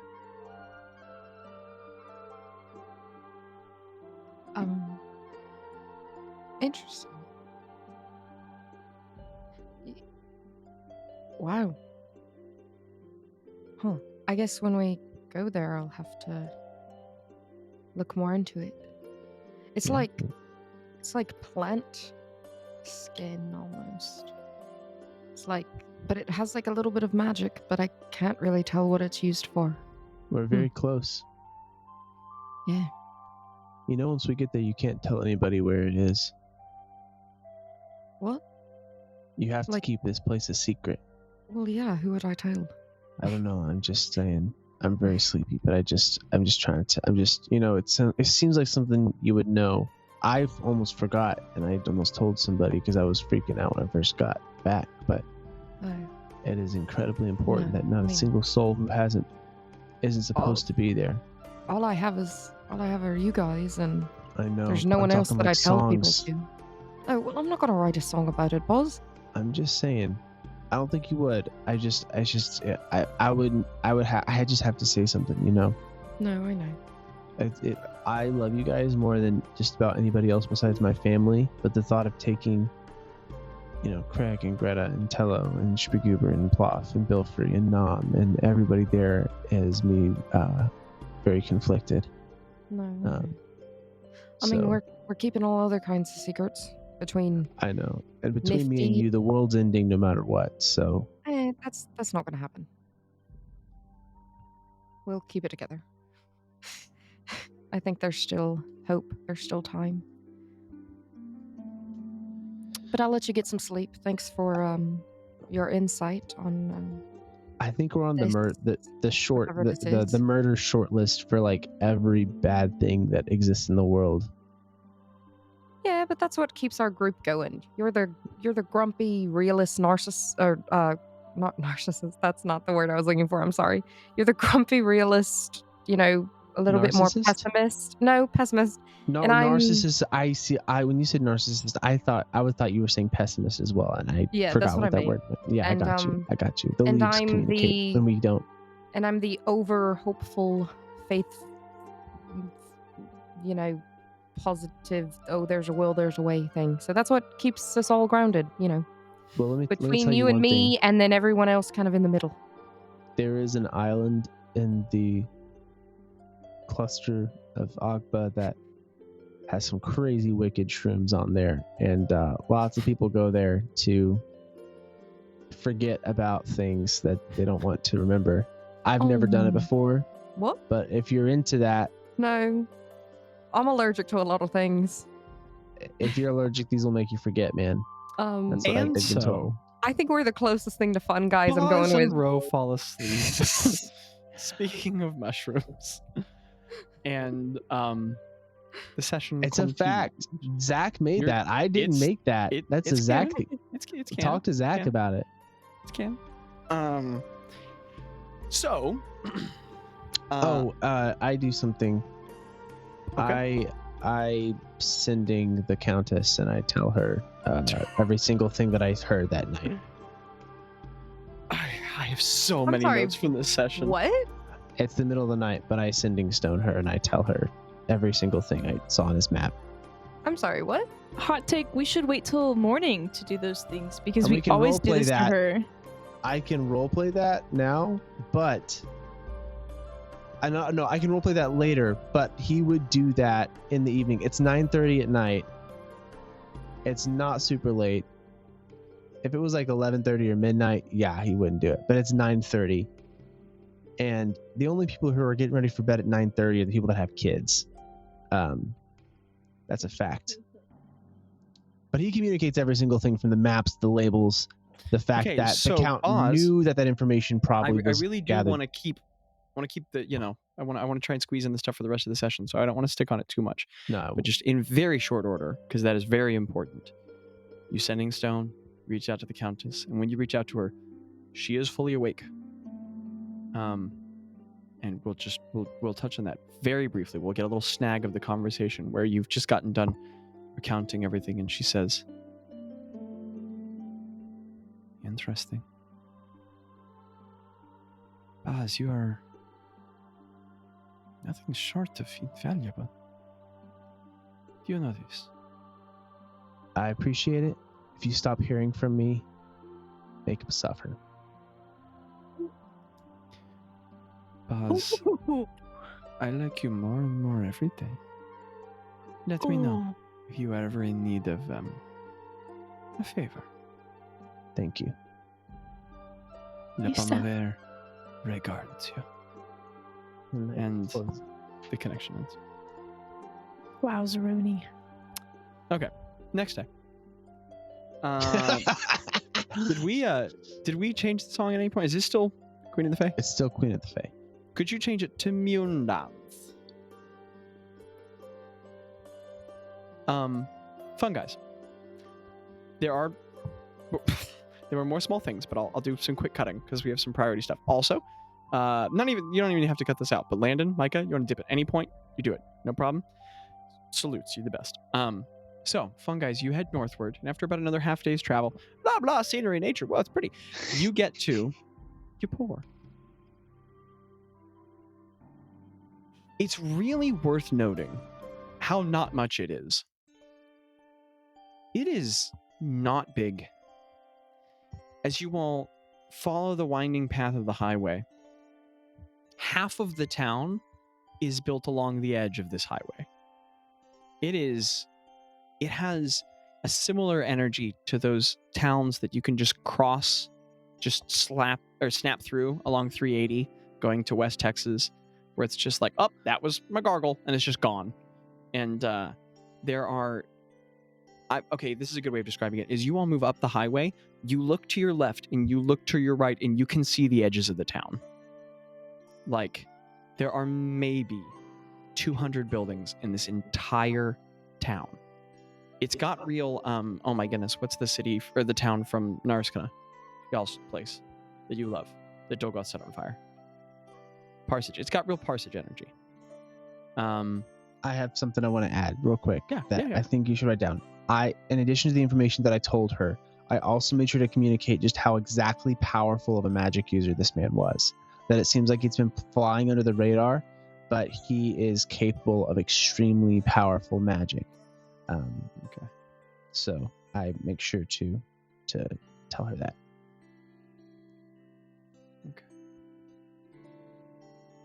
Excellent. That's very important, Bazz. Thank you. That's it. We can keep going. You're making some moves, Druid. Druid.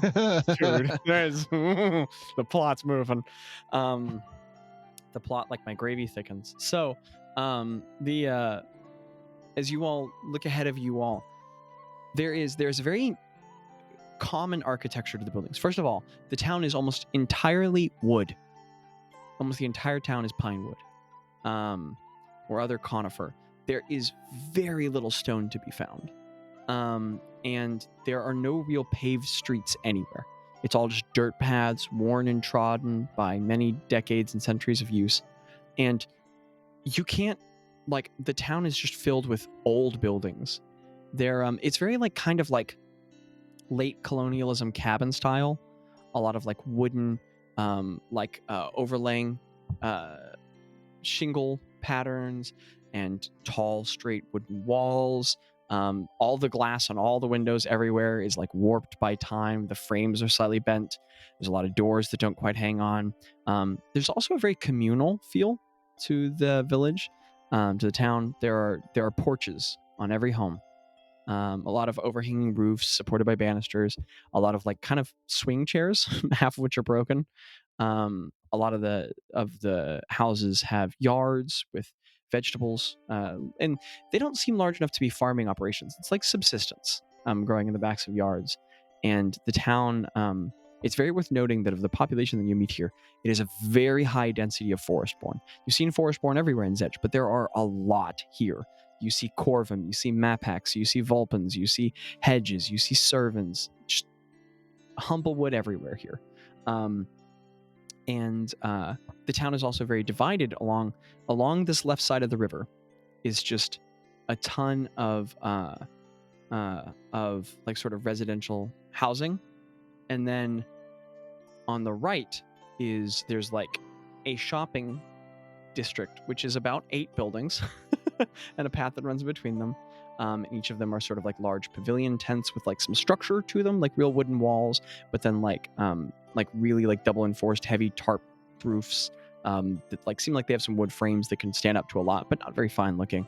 And then there's one taller building that's it looks like it's about 2 stories tall, but it's all one really tall gabled roof that goes long, kind of like a longhouse. And this appears to be some sort of a political structure. You all can see one inn, which is just one long L shape next to that. There is one tavern sitting along the river. And what there is at the edge of the wide river here, everywhere, there's just docks. Small, little, individual docks. And every one of these docks has a small, like, kiosk stand next to it with barrels.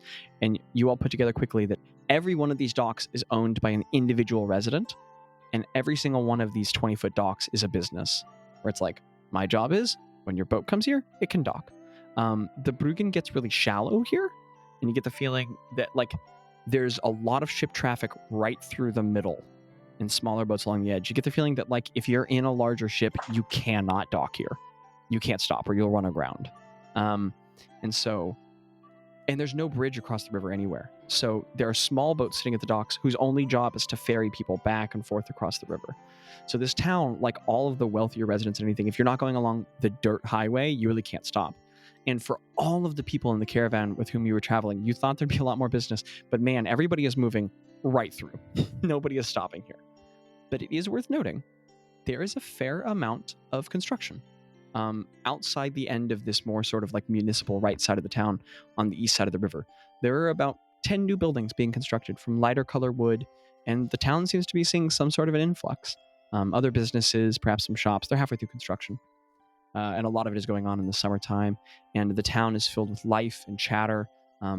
There are people moving between homes, exchanging goods, stopover areas, vendors along the sides of the path selling things. A lot of caravans are stopped at the side of the road, resting, and you can see a whole lot of like sort of people from the town whose only role seems to be to take whatever it is they sell and go to the people who stop in town and sell it there where they stop.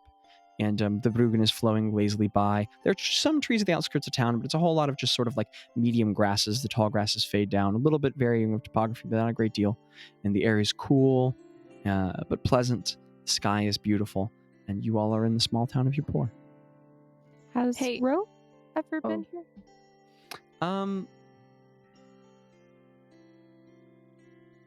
Maybe once or twice, maybe once in a circuit you did Traveling's Edge, maybe.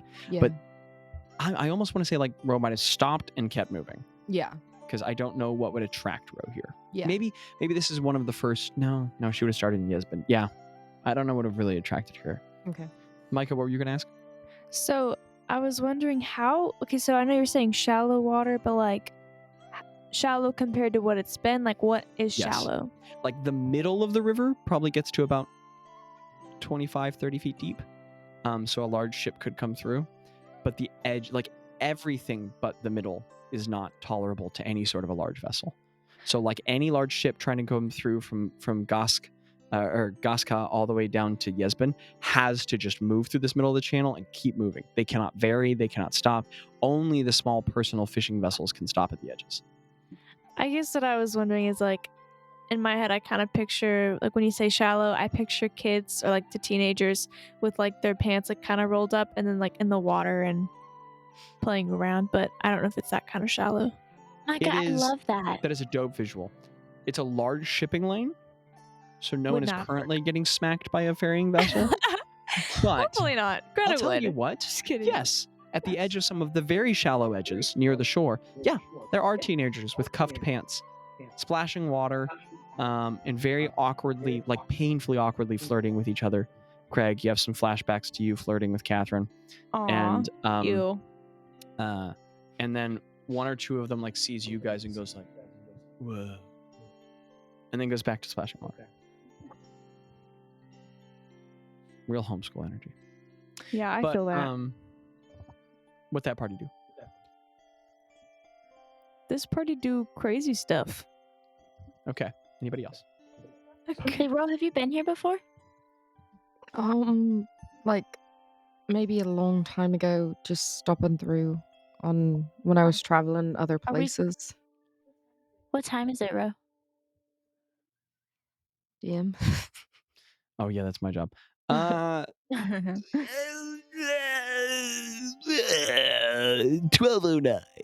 12ish. 12ish. Okay, so we're PM? probably Yeah. not gonna. Are we gonna spend the night here, bro? Boss? Okay, guys. We could, I guess. I mean, if Okay. y'all wanted to, where are we headed? We're headed to Rose the says west. as the keen mind in the group. Well, you have your Where are going we to Headed going? to the Westwood. west, right? Yeah. So if you Yeah. intend on following the highways, it will Yeah. be, and if you guys want to get out the map in Discord, Yeah. it will be up from Yapor through to Goska to the capital of Yop, and then across the brine over to Hushan, and then to the westward. Yeah, I mean, it might be nice to sleep in like a bed, or I don't know. By They- the looks of it, Okay. maybe a slab. I Okay. only Yeah. see DM, like is there one like a tavern tavern. around? Well, There there's an is one tavern inn. across the Yeah, river. over there. Okay. yeah, sorry. It says the skinned fish. It has the roof is taller on I one thought side. they had scales. D inspiration. I don't know what to do Yeah. with that. The whole roof Oh, slants darn. to one laterally dominating gable to the left, and it's built down into it. It has proper thatch on the front, and the whole building is really weird because one half of it is run down, the other half of it is run down, but in the process of being restored. And a lot of the town has a feel and appearance. There's kind of nowhere in town you can go that you can't hear the sound of a hammer or a saw, and just everywhere things are being reconstructed, renovated, renewed. They're clearly something about the growth and the Empire's removal from Zedge is reinvigorating this town with some amount of growth and stopover in people. Even if most people are trying to skip it, at least just increase traffic and reprioritization of things away from the Kefkan economic system must be bringing more travelers to stop here. And so, like, this tavern must be getting more business. And there's the skin fish just has like a fish skeleton on the side, and then the name written kind of poorly carved into it and painted with red that has long left. And like the skinned has been repainted with a bright red, and then they ran out of paint for the skeleton and fish, so that's not there yet. And the chain is broken on one side, but there's rope tied through it holding it into the hooks. You get the feeling that they're like going to realign it. And the porch is like kind of a little sloped, but there's some blocks holding up one side, and the whole thing looks like it's in the process of being renewed. And that is across the river. I do another episode of the Druid's Almanac. Put it somewhere, and do my thing. Okay, sick. All right. Going from north of, up to Yapor. Yeah. Okay. And you hide that somewhere right in Druidic nearby. Wait, what? I know you're talking about, Bazz. Yeah. Yeah. What? Bibbidi boop. What the stink? It's where Bazz takes notes about what he sees, writes it in Druidic, folds it up the paper, hides it somewhere, writes it in Druidic nearby so someone knows. And It's like a geocache. For Druids. Oh, cool. Druids only, Cool. y'all. Interesting. Okay. Well. Okay. Anyway. And there's like blank space at the bottom for other people to add on and sign their name as well. It says Druid. That's actually so cool. Is that a Yellowbird thing? It's a Bazz thing. It's a boss thing. Oh, that's awesome. That is Maybe awesome. got Bazz. The people are gonna be confused when they find one specific location and be Austin with it, and then they go to Zedge and find like 4. Okay, sorry. No, it's okay. I mean, I could use a normal meal if we want to go to the inn and Yeah. get some food, and Yeah, I think we should maybe stay the night. Okay. It has been a lot of traveling. I mean, I guess that we're still traveling. I guess that we always travel. I guess that we True. don't. We're here. Hey guys, isn't it kind of like a new day? I'm trying to get this time thing down.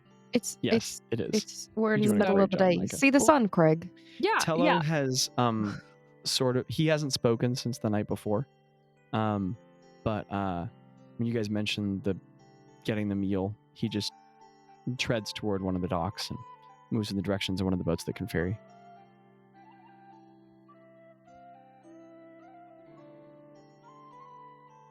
Okay, cool. So then yeah, the I party goes with him. I follow Tello. Okay. And when you all get there, there is a Gallus fellow, which is a chicken person, except he looks a whole lot like a goose, like a cackling goose. So a black head with like a white mask across the front of the bill, that wide, broad black bill, dark brown body. He's just sort of wearing like a large, fluffy, furred vest, and otherwise it's just feathers. And he's got kind of like a belly on him, and he's sitting there with an oar, and he's got one long webbed foot kicking back and forth in the water. And when you guys get over, he just looks over and he goes, okay. He goes, well, hello. Salutations. Are you all trying to get across the river? Yes, we are. Do Fantastic. ferry? All you all have to do is hop in my boat and not. For you with the oar across the way, we'll obviously have to wait for one of the shipping ships to go by, but the moment the vessel's crossed, I can take you all ready to go on to your destination. Okay. How much? Well, where you were headed in town, obviously for distant distances, it'd be different charges. And as you guys look across the way, there's like maybe 100, 500 feet maximum difference in anywhere you could head in town, but he's talking about different rates for different stops. Okay. Hey, DM. Mhm. So, cock-a-doodle-doom. I'm going to say cock-a-doodle-doom. Hey, DM, cockle-doodle-doo. Okay, Micah, inspiration. I already have it. Yeah, we'll spend it. Micah's got inspiration 5 times. Yeah, Okay. well, everybody else needs to So- step it up. Hey, DM, cockle-doodle-doo. How does he Saying it in compare to the people? Okay, let me get words out more. Okay, so like, how does he compare it to the pirates from that episode? Like, is he kind of like Well, the same? Do anything? They were chickens, and he's Okay. not. So he looks like a Okay. goose. Okay, Kind of like I described. I'm sorry. I It's don't know. okay. You're doing great.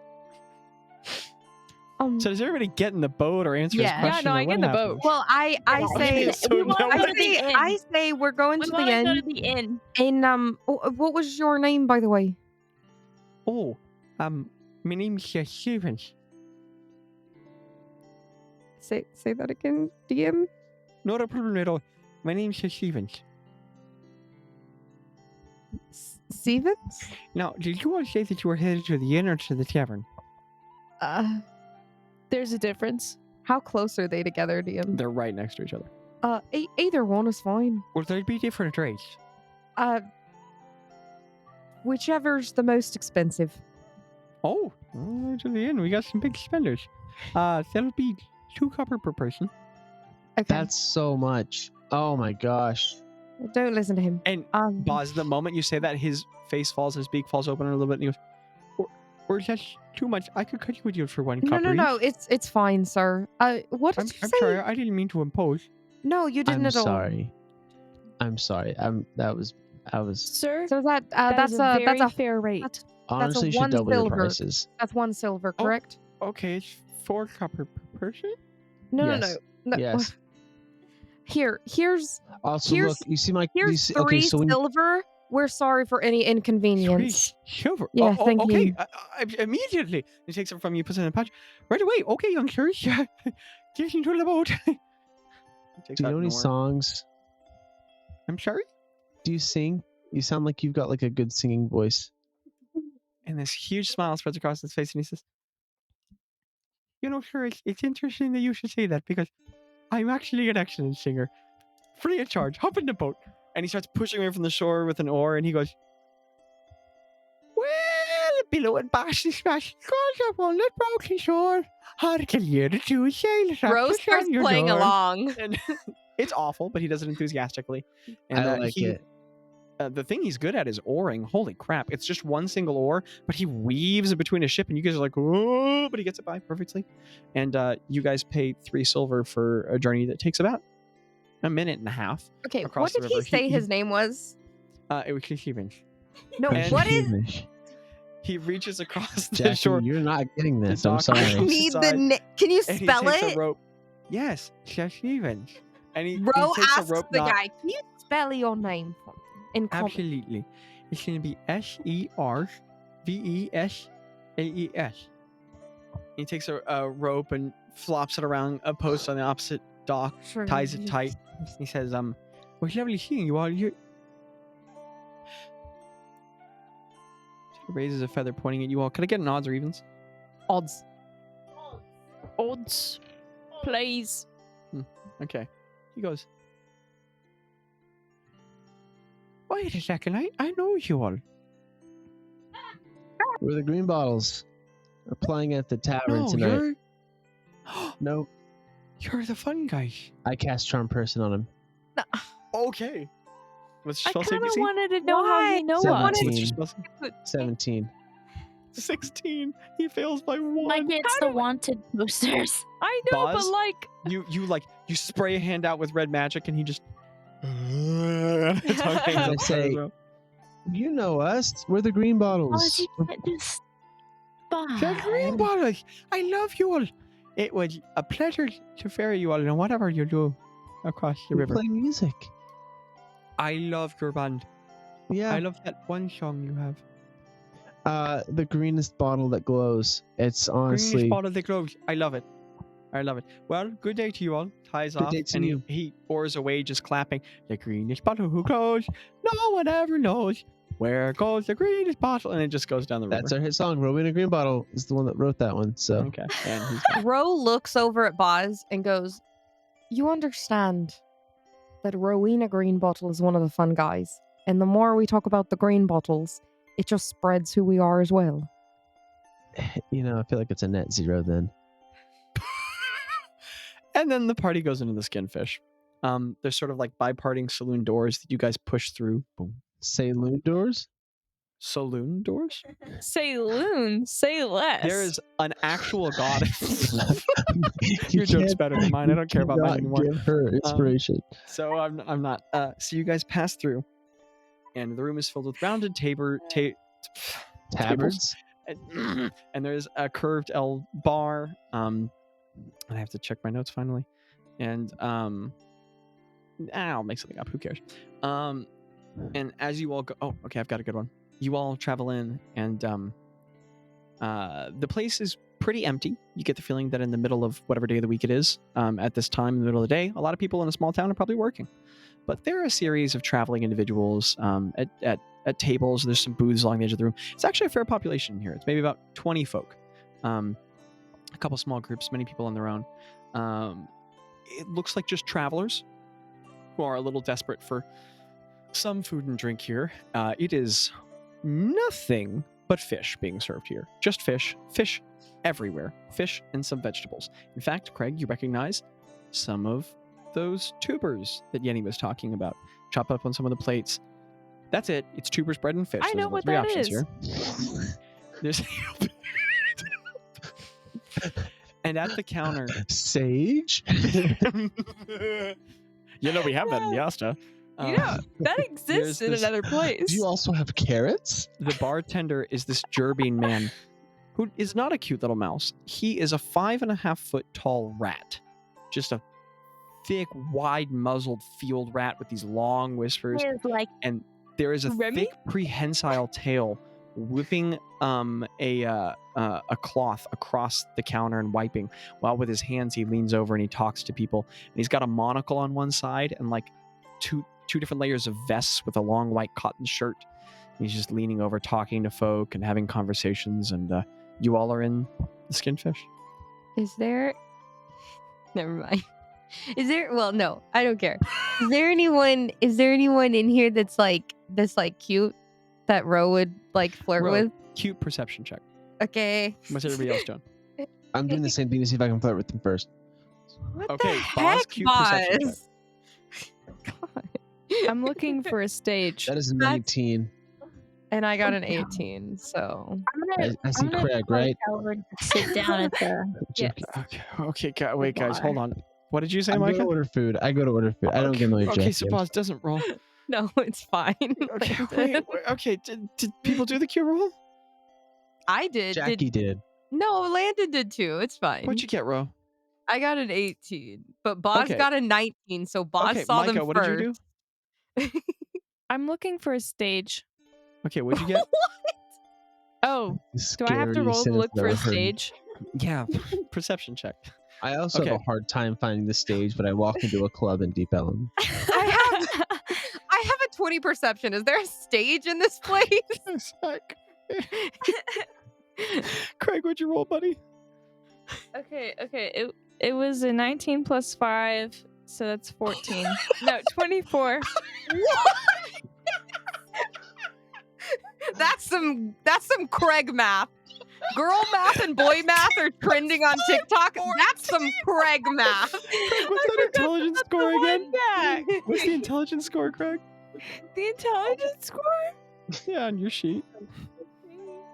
It's a -1 still. Yep, there we go. That feels just about -1.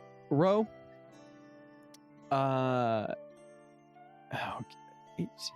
Sure, yeah. There. Okay, you know what? Actually, I'll come back. A fox. Oh. He's Fleabag?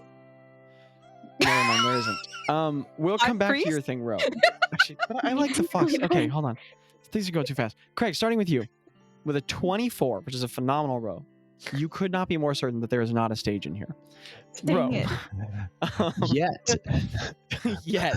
Craig. Maybe the 24 I can build one. Ro, Jackie just put hot priest question mark in the chat. It's You know from what? Fleabag. Odds or It's evens. from Fleabag. Odds or evens.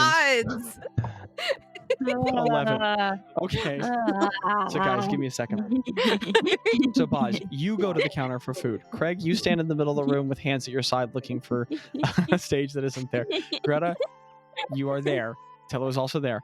Ro, you look around the room. You see lukewarm priest. Okay. This is so funny. Guys, I have to DM this thing. Okay, bro, log in with me, bud. Log in.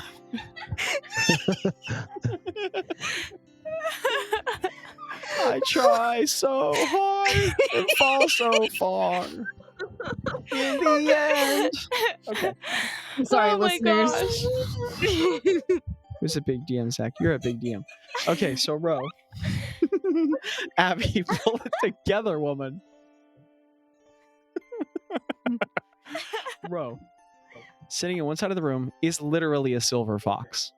It is an old Vulpin dude in cleric's clothes. Good looking fox person. Wait, he's in cleric's clothes? He's literally a hot priest. Literally a hot priest. Flipping through scrolls. This must be a cleric of Saloon traveling, doing some healing work.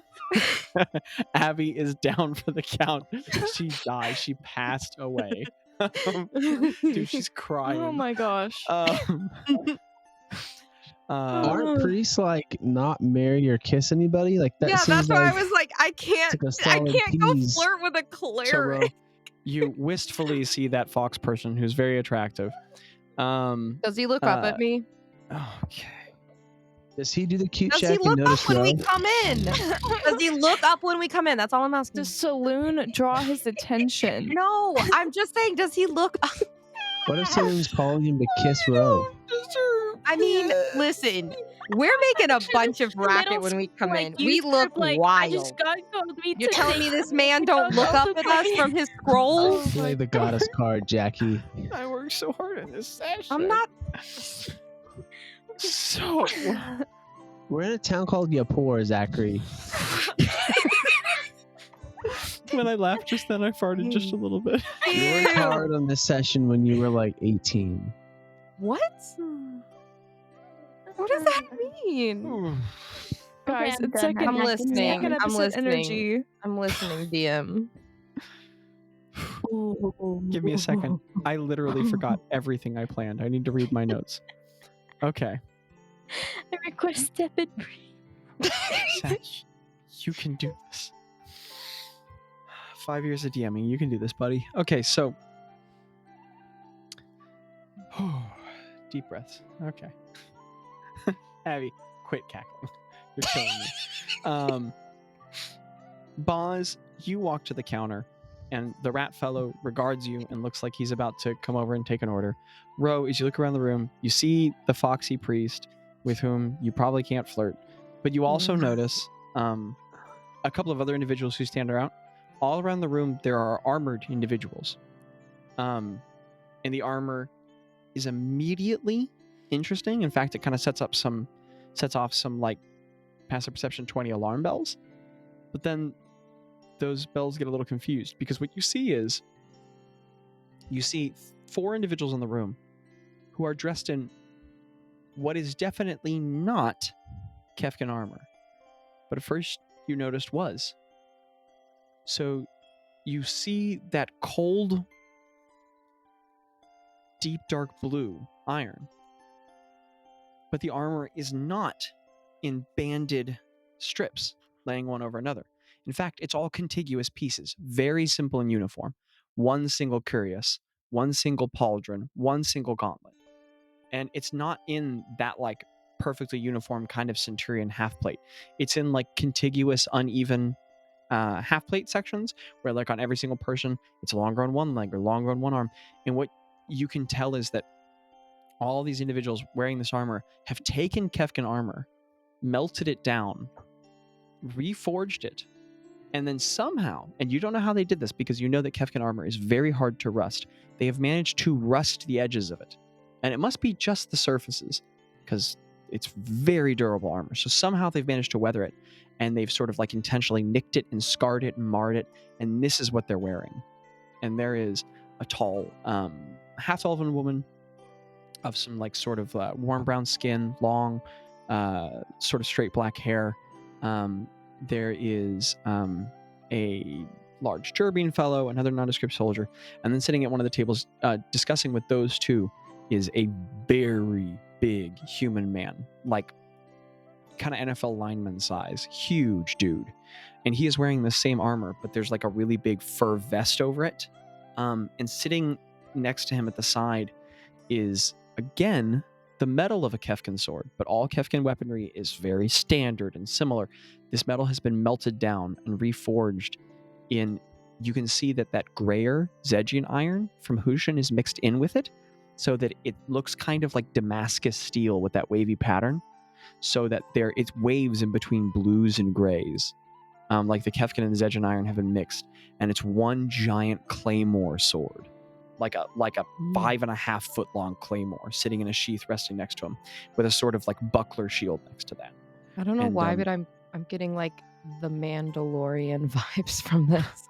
Kind of, yeah. Like all the like the Mandalorian people that melted he has down like a everything. short trim haircut with dark, thick, actually kind of light brown, but very thick, curly brown hair, shaved at the sides and short on the top, and then a huge but well-trimmed beard. And it's kind of like that sort of more squared, rectangular beard shape, but it goes halfway down his chest. And he's just a huge dude. He's here and there reclining back. He has an ale in front of him, and he's talking with the other 2 individuals next to him. Bazz, you walk up to the L-shaped counter, and you arrive, and the bartender holds a finger up to you, finishes a conversation with another patron, walks up, the tail whips around, grabs the rag, starts wiping down something behind him, and he just walks up and he says, "Hi, what can I do you for?" Tim, how many people are in this bar? 26. I say, Cast fire. is it like 10 in the morning? I think it was like 12 something. Perfect. I look at the man and say, "Sir, Hi. I want What's to buy your name?" lunch and drinks for every person in this bar, but I don't want them to know it's from me." Well, I'm sorry, sir. What did you say? I said, I want to buy drinks and food for every single person here, but I don't want them to know that it's from me. Why? If you could just start. Absolutely, sir. What was your name, master, sir? Bazz. Understood. No, didn't even hear it. Sorry. All right. I'm up to speed. Just give these people a good day, if you could. Okay. And I thumb out like a how much was the minimum for that? He like kind of counts up and he goes, "Sorry. If you can't swing it, I understand. If you want food for everyone in here and drink, we have variable options. We have the fish, I'm sure. and the fish and the tuber, and the fish and the bread, and the fish bread and tuber and ale. A You're full looking for plate. that, sir? That's easily 26 silver. I put down a platinum and I say, feed as many people as you can at no charge Okay, for as long as you Bazz, can, you sir. pull out a platinum. Please deduct from your stash, and you put it down on the desk. On the table. He goes, a platinum. And you get the feeling, Bazz, that he has literally never seen one. And his hand kind of reaches out instinctually really fast and picks it up. He holds it in his hand and he So says, don't hold it up. Sir, Take this a. is... That's. I'm sorry. That's foolish of me. I don't. How are you going to break a platinum? I say if you give it back, and I say I pull out 10. I pull out 15 Okay. gold, and I put that on the table instead.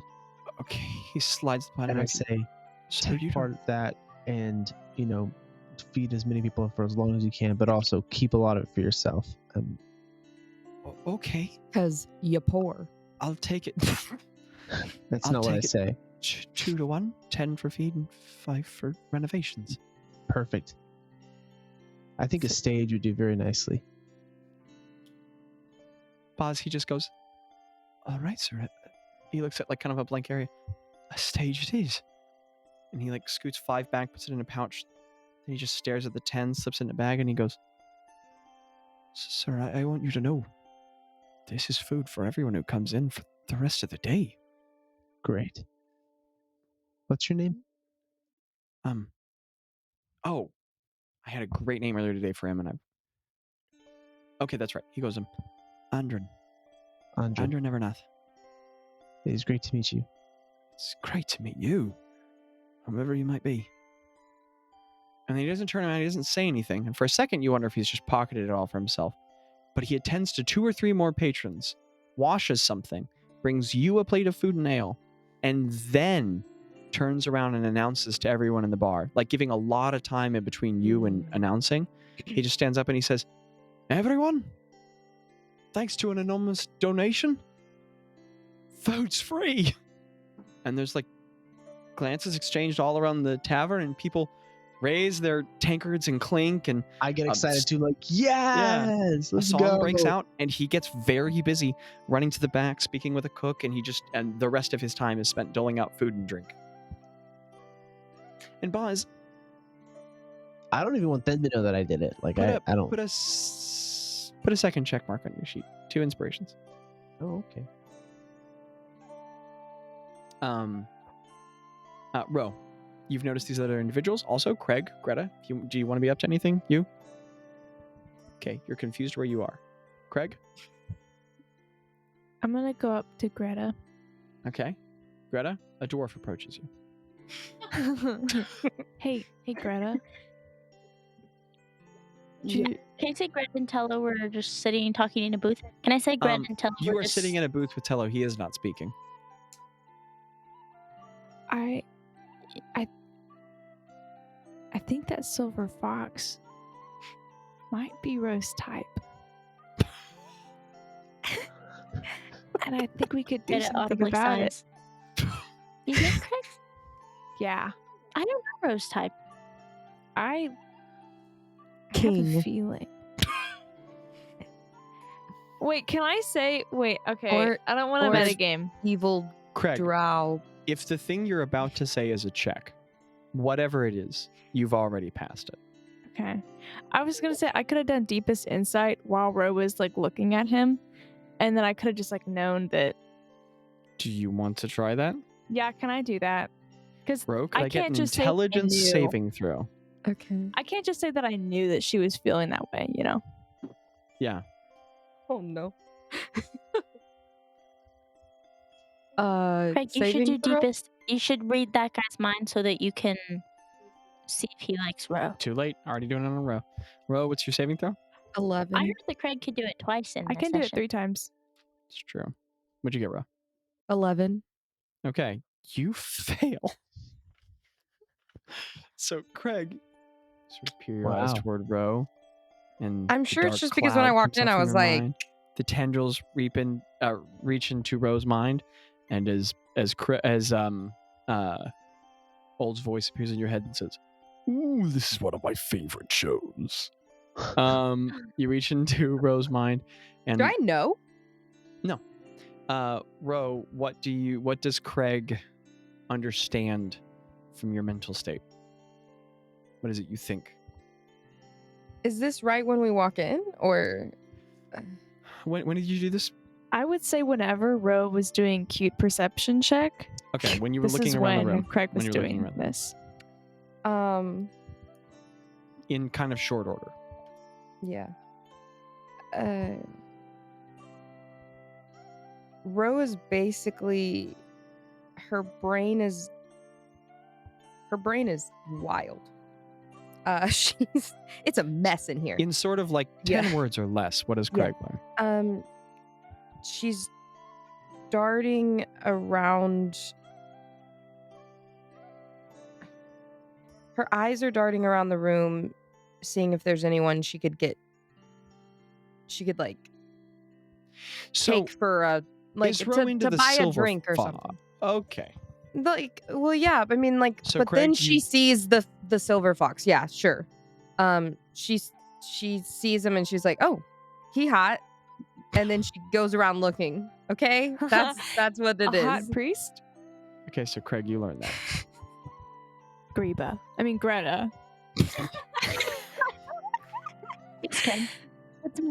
I think How the can I help next you? time that we see that silver fox, I think that we should let him know that that Ro also knows about Saloon and can talk to Saloon sometimes.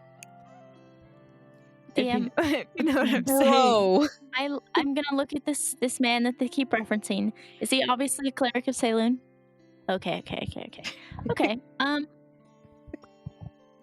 You know, Craig, that sounds like something that you can do. I am not gonna do that though, but I will support you in doing that. Thanks for believing that I can do this by myself. Yes, that is. I will not be doing that Maybe right you should now. read his mind and see. Okay. I'll do it Could you at another read his mind convenient and see what time. he's thinking. Okay. Huh? Okay. Craig. Okay. Hey, Greta, Just pages of notes. keep going. Yes. Keep doing your thing. Ro, And then he how are walks you off. doing? I am going to get as close as possible, but not like weirdly close, to the three in the armor. I'm Okay. gonna like pick a table and just kind of sit there and act like maybe I take out a book and kind of act like I'm reading it, and I'm gonna try to listen in on what they're saying. Give me a perception check. Ro is reading in the bar. That's the Very kind of She's thing Ro Quirky and does. different. She would go to She's a not bar. like and other read. bards. He's not like other. What'd you get, Ro? Perception? That is a 22. Oh my goodness. You hear them chatting about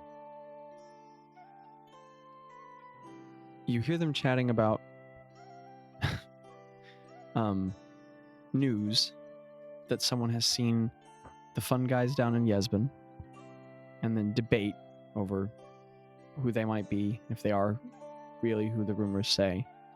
One individual is confidently asserting that no, that's ridiculous to have killed a general.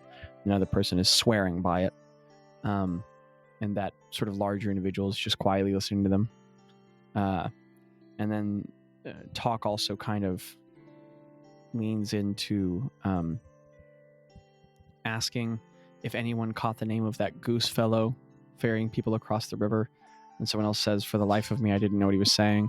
And the other person says, well, that's kind of rude. And the other guy goes, no, I didn't mean that disparagingly. And then that devolves. And that's the general nature of the conversation.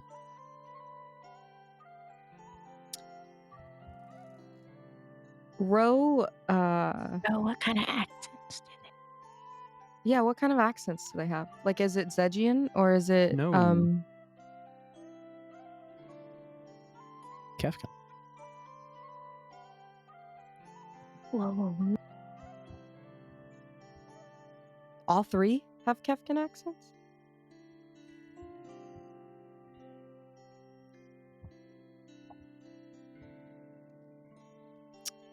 Interesting. What you doing? Can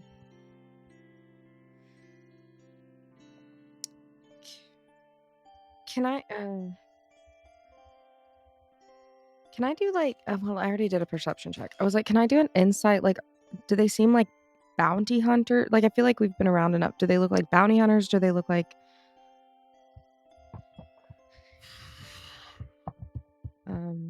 do they have I'm any gonna- weapons to their side or Yeah, anything? all three of Oh, them that's are armed. right. We said that. Yeah. And all three of them have weapons that appear to be reforged Kefkin iron mixed in with Zegian iron.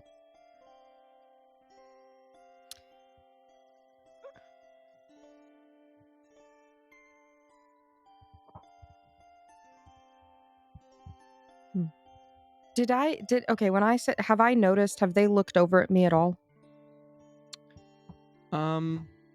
The big guy stole a glance.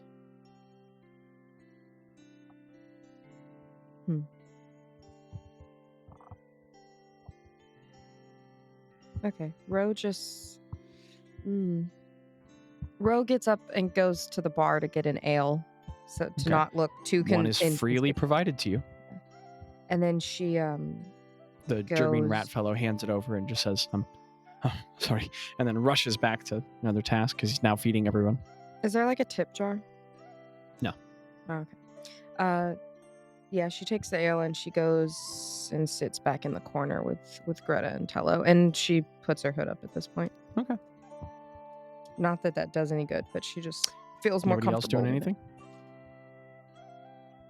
I think Ro whispers to Gretta and Tello what she overheard, and is Also, a little Landon, is Bazz confused. with them? Yeah, is Bazz back yet? Or is he still at the bar? I think you're muted. I think you muted yourself, Lando. I scarf down my food Okay.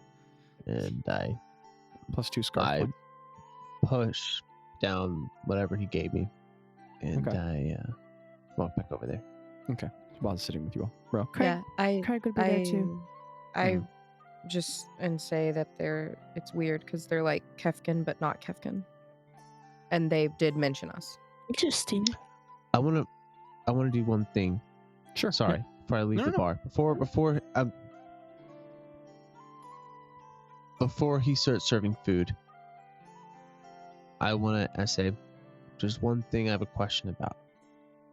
Aye. What do you know of the Westwood?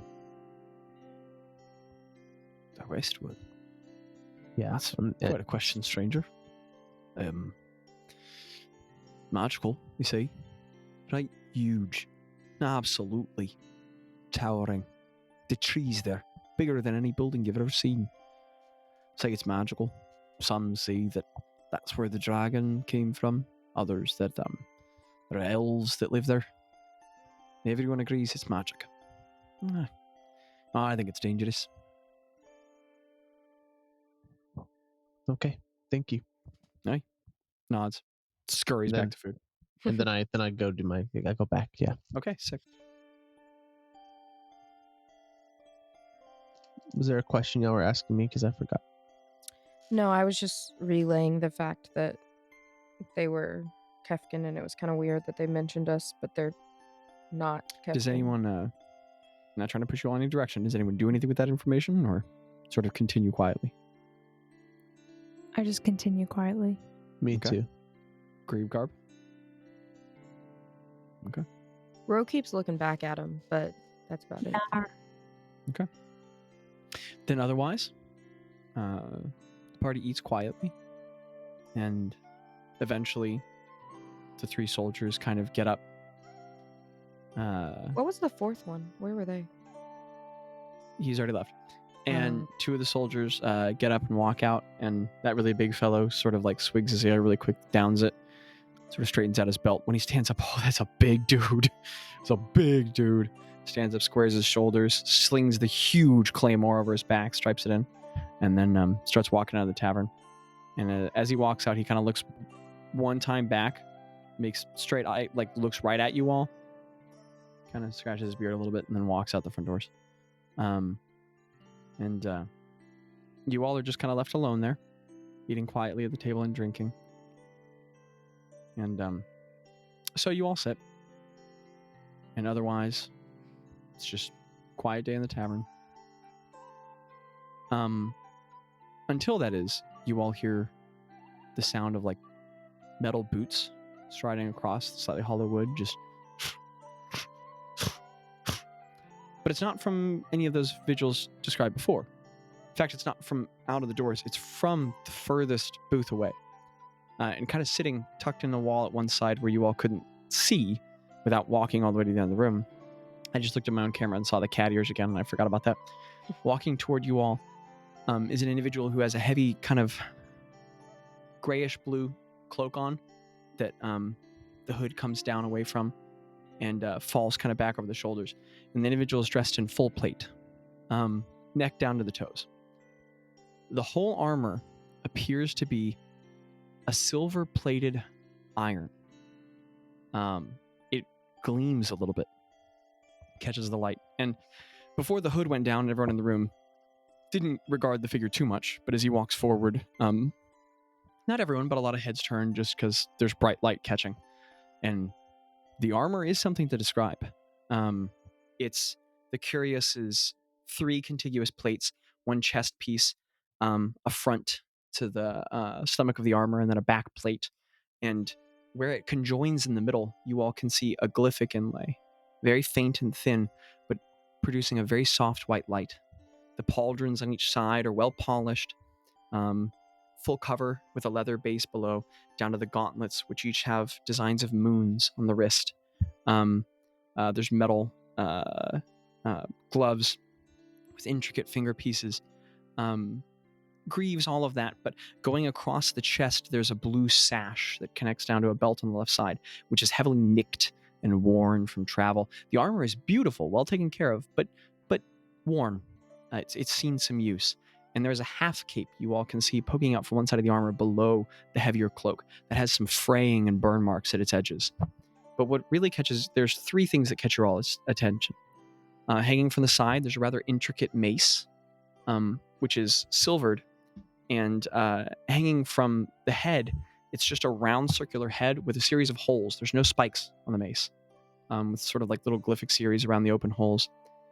The second thing that catches your all attention is across the chest of the armor, there are 7 stars from one shoulder to the other.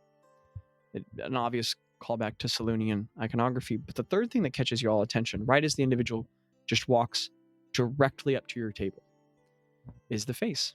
There is sort of like half neck down length, dirty blonde, wavy hair that sort of pulls back to a central, not quite bun, but just like a loose ponytail at the back, out of which other strands fall. The face has a sort of like common handsomeness. He's good looking, but not in a terribly remarkable way. Thinner nose that comes to a strong point, tight lips, green sort of hazel eyes, brown blonde eyebrows, and all of you all instantly and unexpectedly recognize the individual who walks up, who approaches the table and just looks right at Gretta, to your astonishment. And the fellow crosses his hands at the edge of the table and says, hello. Gretta, I know I've come a long way to be here, but if you have the time, I was hoping to speak with you. What? I think Saloon has sent me with some important things to say, but more importantly, I'm here for myself, and if you're willing, I was hoping that you would speak with me. And that's where we'll end episode 86. You're literally of joking. Captain My What? Captain. You're literally joking. So You're Landon, you can cut out the joking. music if you like. You're Um, joking. Listeners, if you're interested, Oh you my can go to the gosh. Patreon. We're going to have all sorts of individual unique content there that we can return to. There's going to be breakdown of some of this at some point, but unique one-shots, all sorts of interesting stories, a lot of interviews of character thoughts. There's unique materials we've used to produce things. Sometimes compilations have been released there, even some bloopers recently, cut out clips of important quotes from the episode, like Nifty explaining magic. And but more than anything, we appreciate your time and support. And Abby looks emotionally confused. Yikes. And more than anything, we want you to remember that life is an incredible story and you are an important part of it. Players, before I go, we need to talk leveling. So from 2 episodes, that's 0.03 twice. So give me a second. That's going to be 0.06. And then you all did not do that, but you did do that. What did we not do? And you did do that. Okay, so what level are you guys currently at? 9.81 Okay, for the last 2 episodes, you guys gained 0.11 experience. total. Mm-hmm. So you guys are at I think 9. that level's. Oh, I thought we were at 9.89 last time. No, 9.81. 9.81. So, So 9.92. 9.92. Did we get any points for Wow. political espionage? No. But you guys got some for role playing very interesting other close. things. But Very level cool. 10. Wow. What on can that I note, kill? I'm gonna kill something before we go. Do not kill Yikes. anyone, Bazz. I Wait, look at tonight Thespis, before we go. and I'm going to. you know that joke that was going around a while back where you look at anything and you just count calories? You're looking at What? Thespis and you're like, all I see is experience points. God. But anyway, Gretta that already note, got those experience points with everyone once. very tired, life is an incredible adventure, listener. You are an important part of it. Everyone with me. Skibbity wop. Skibbity-wop. Da, da, Da, da. da.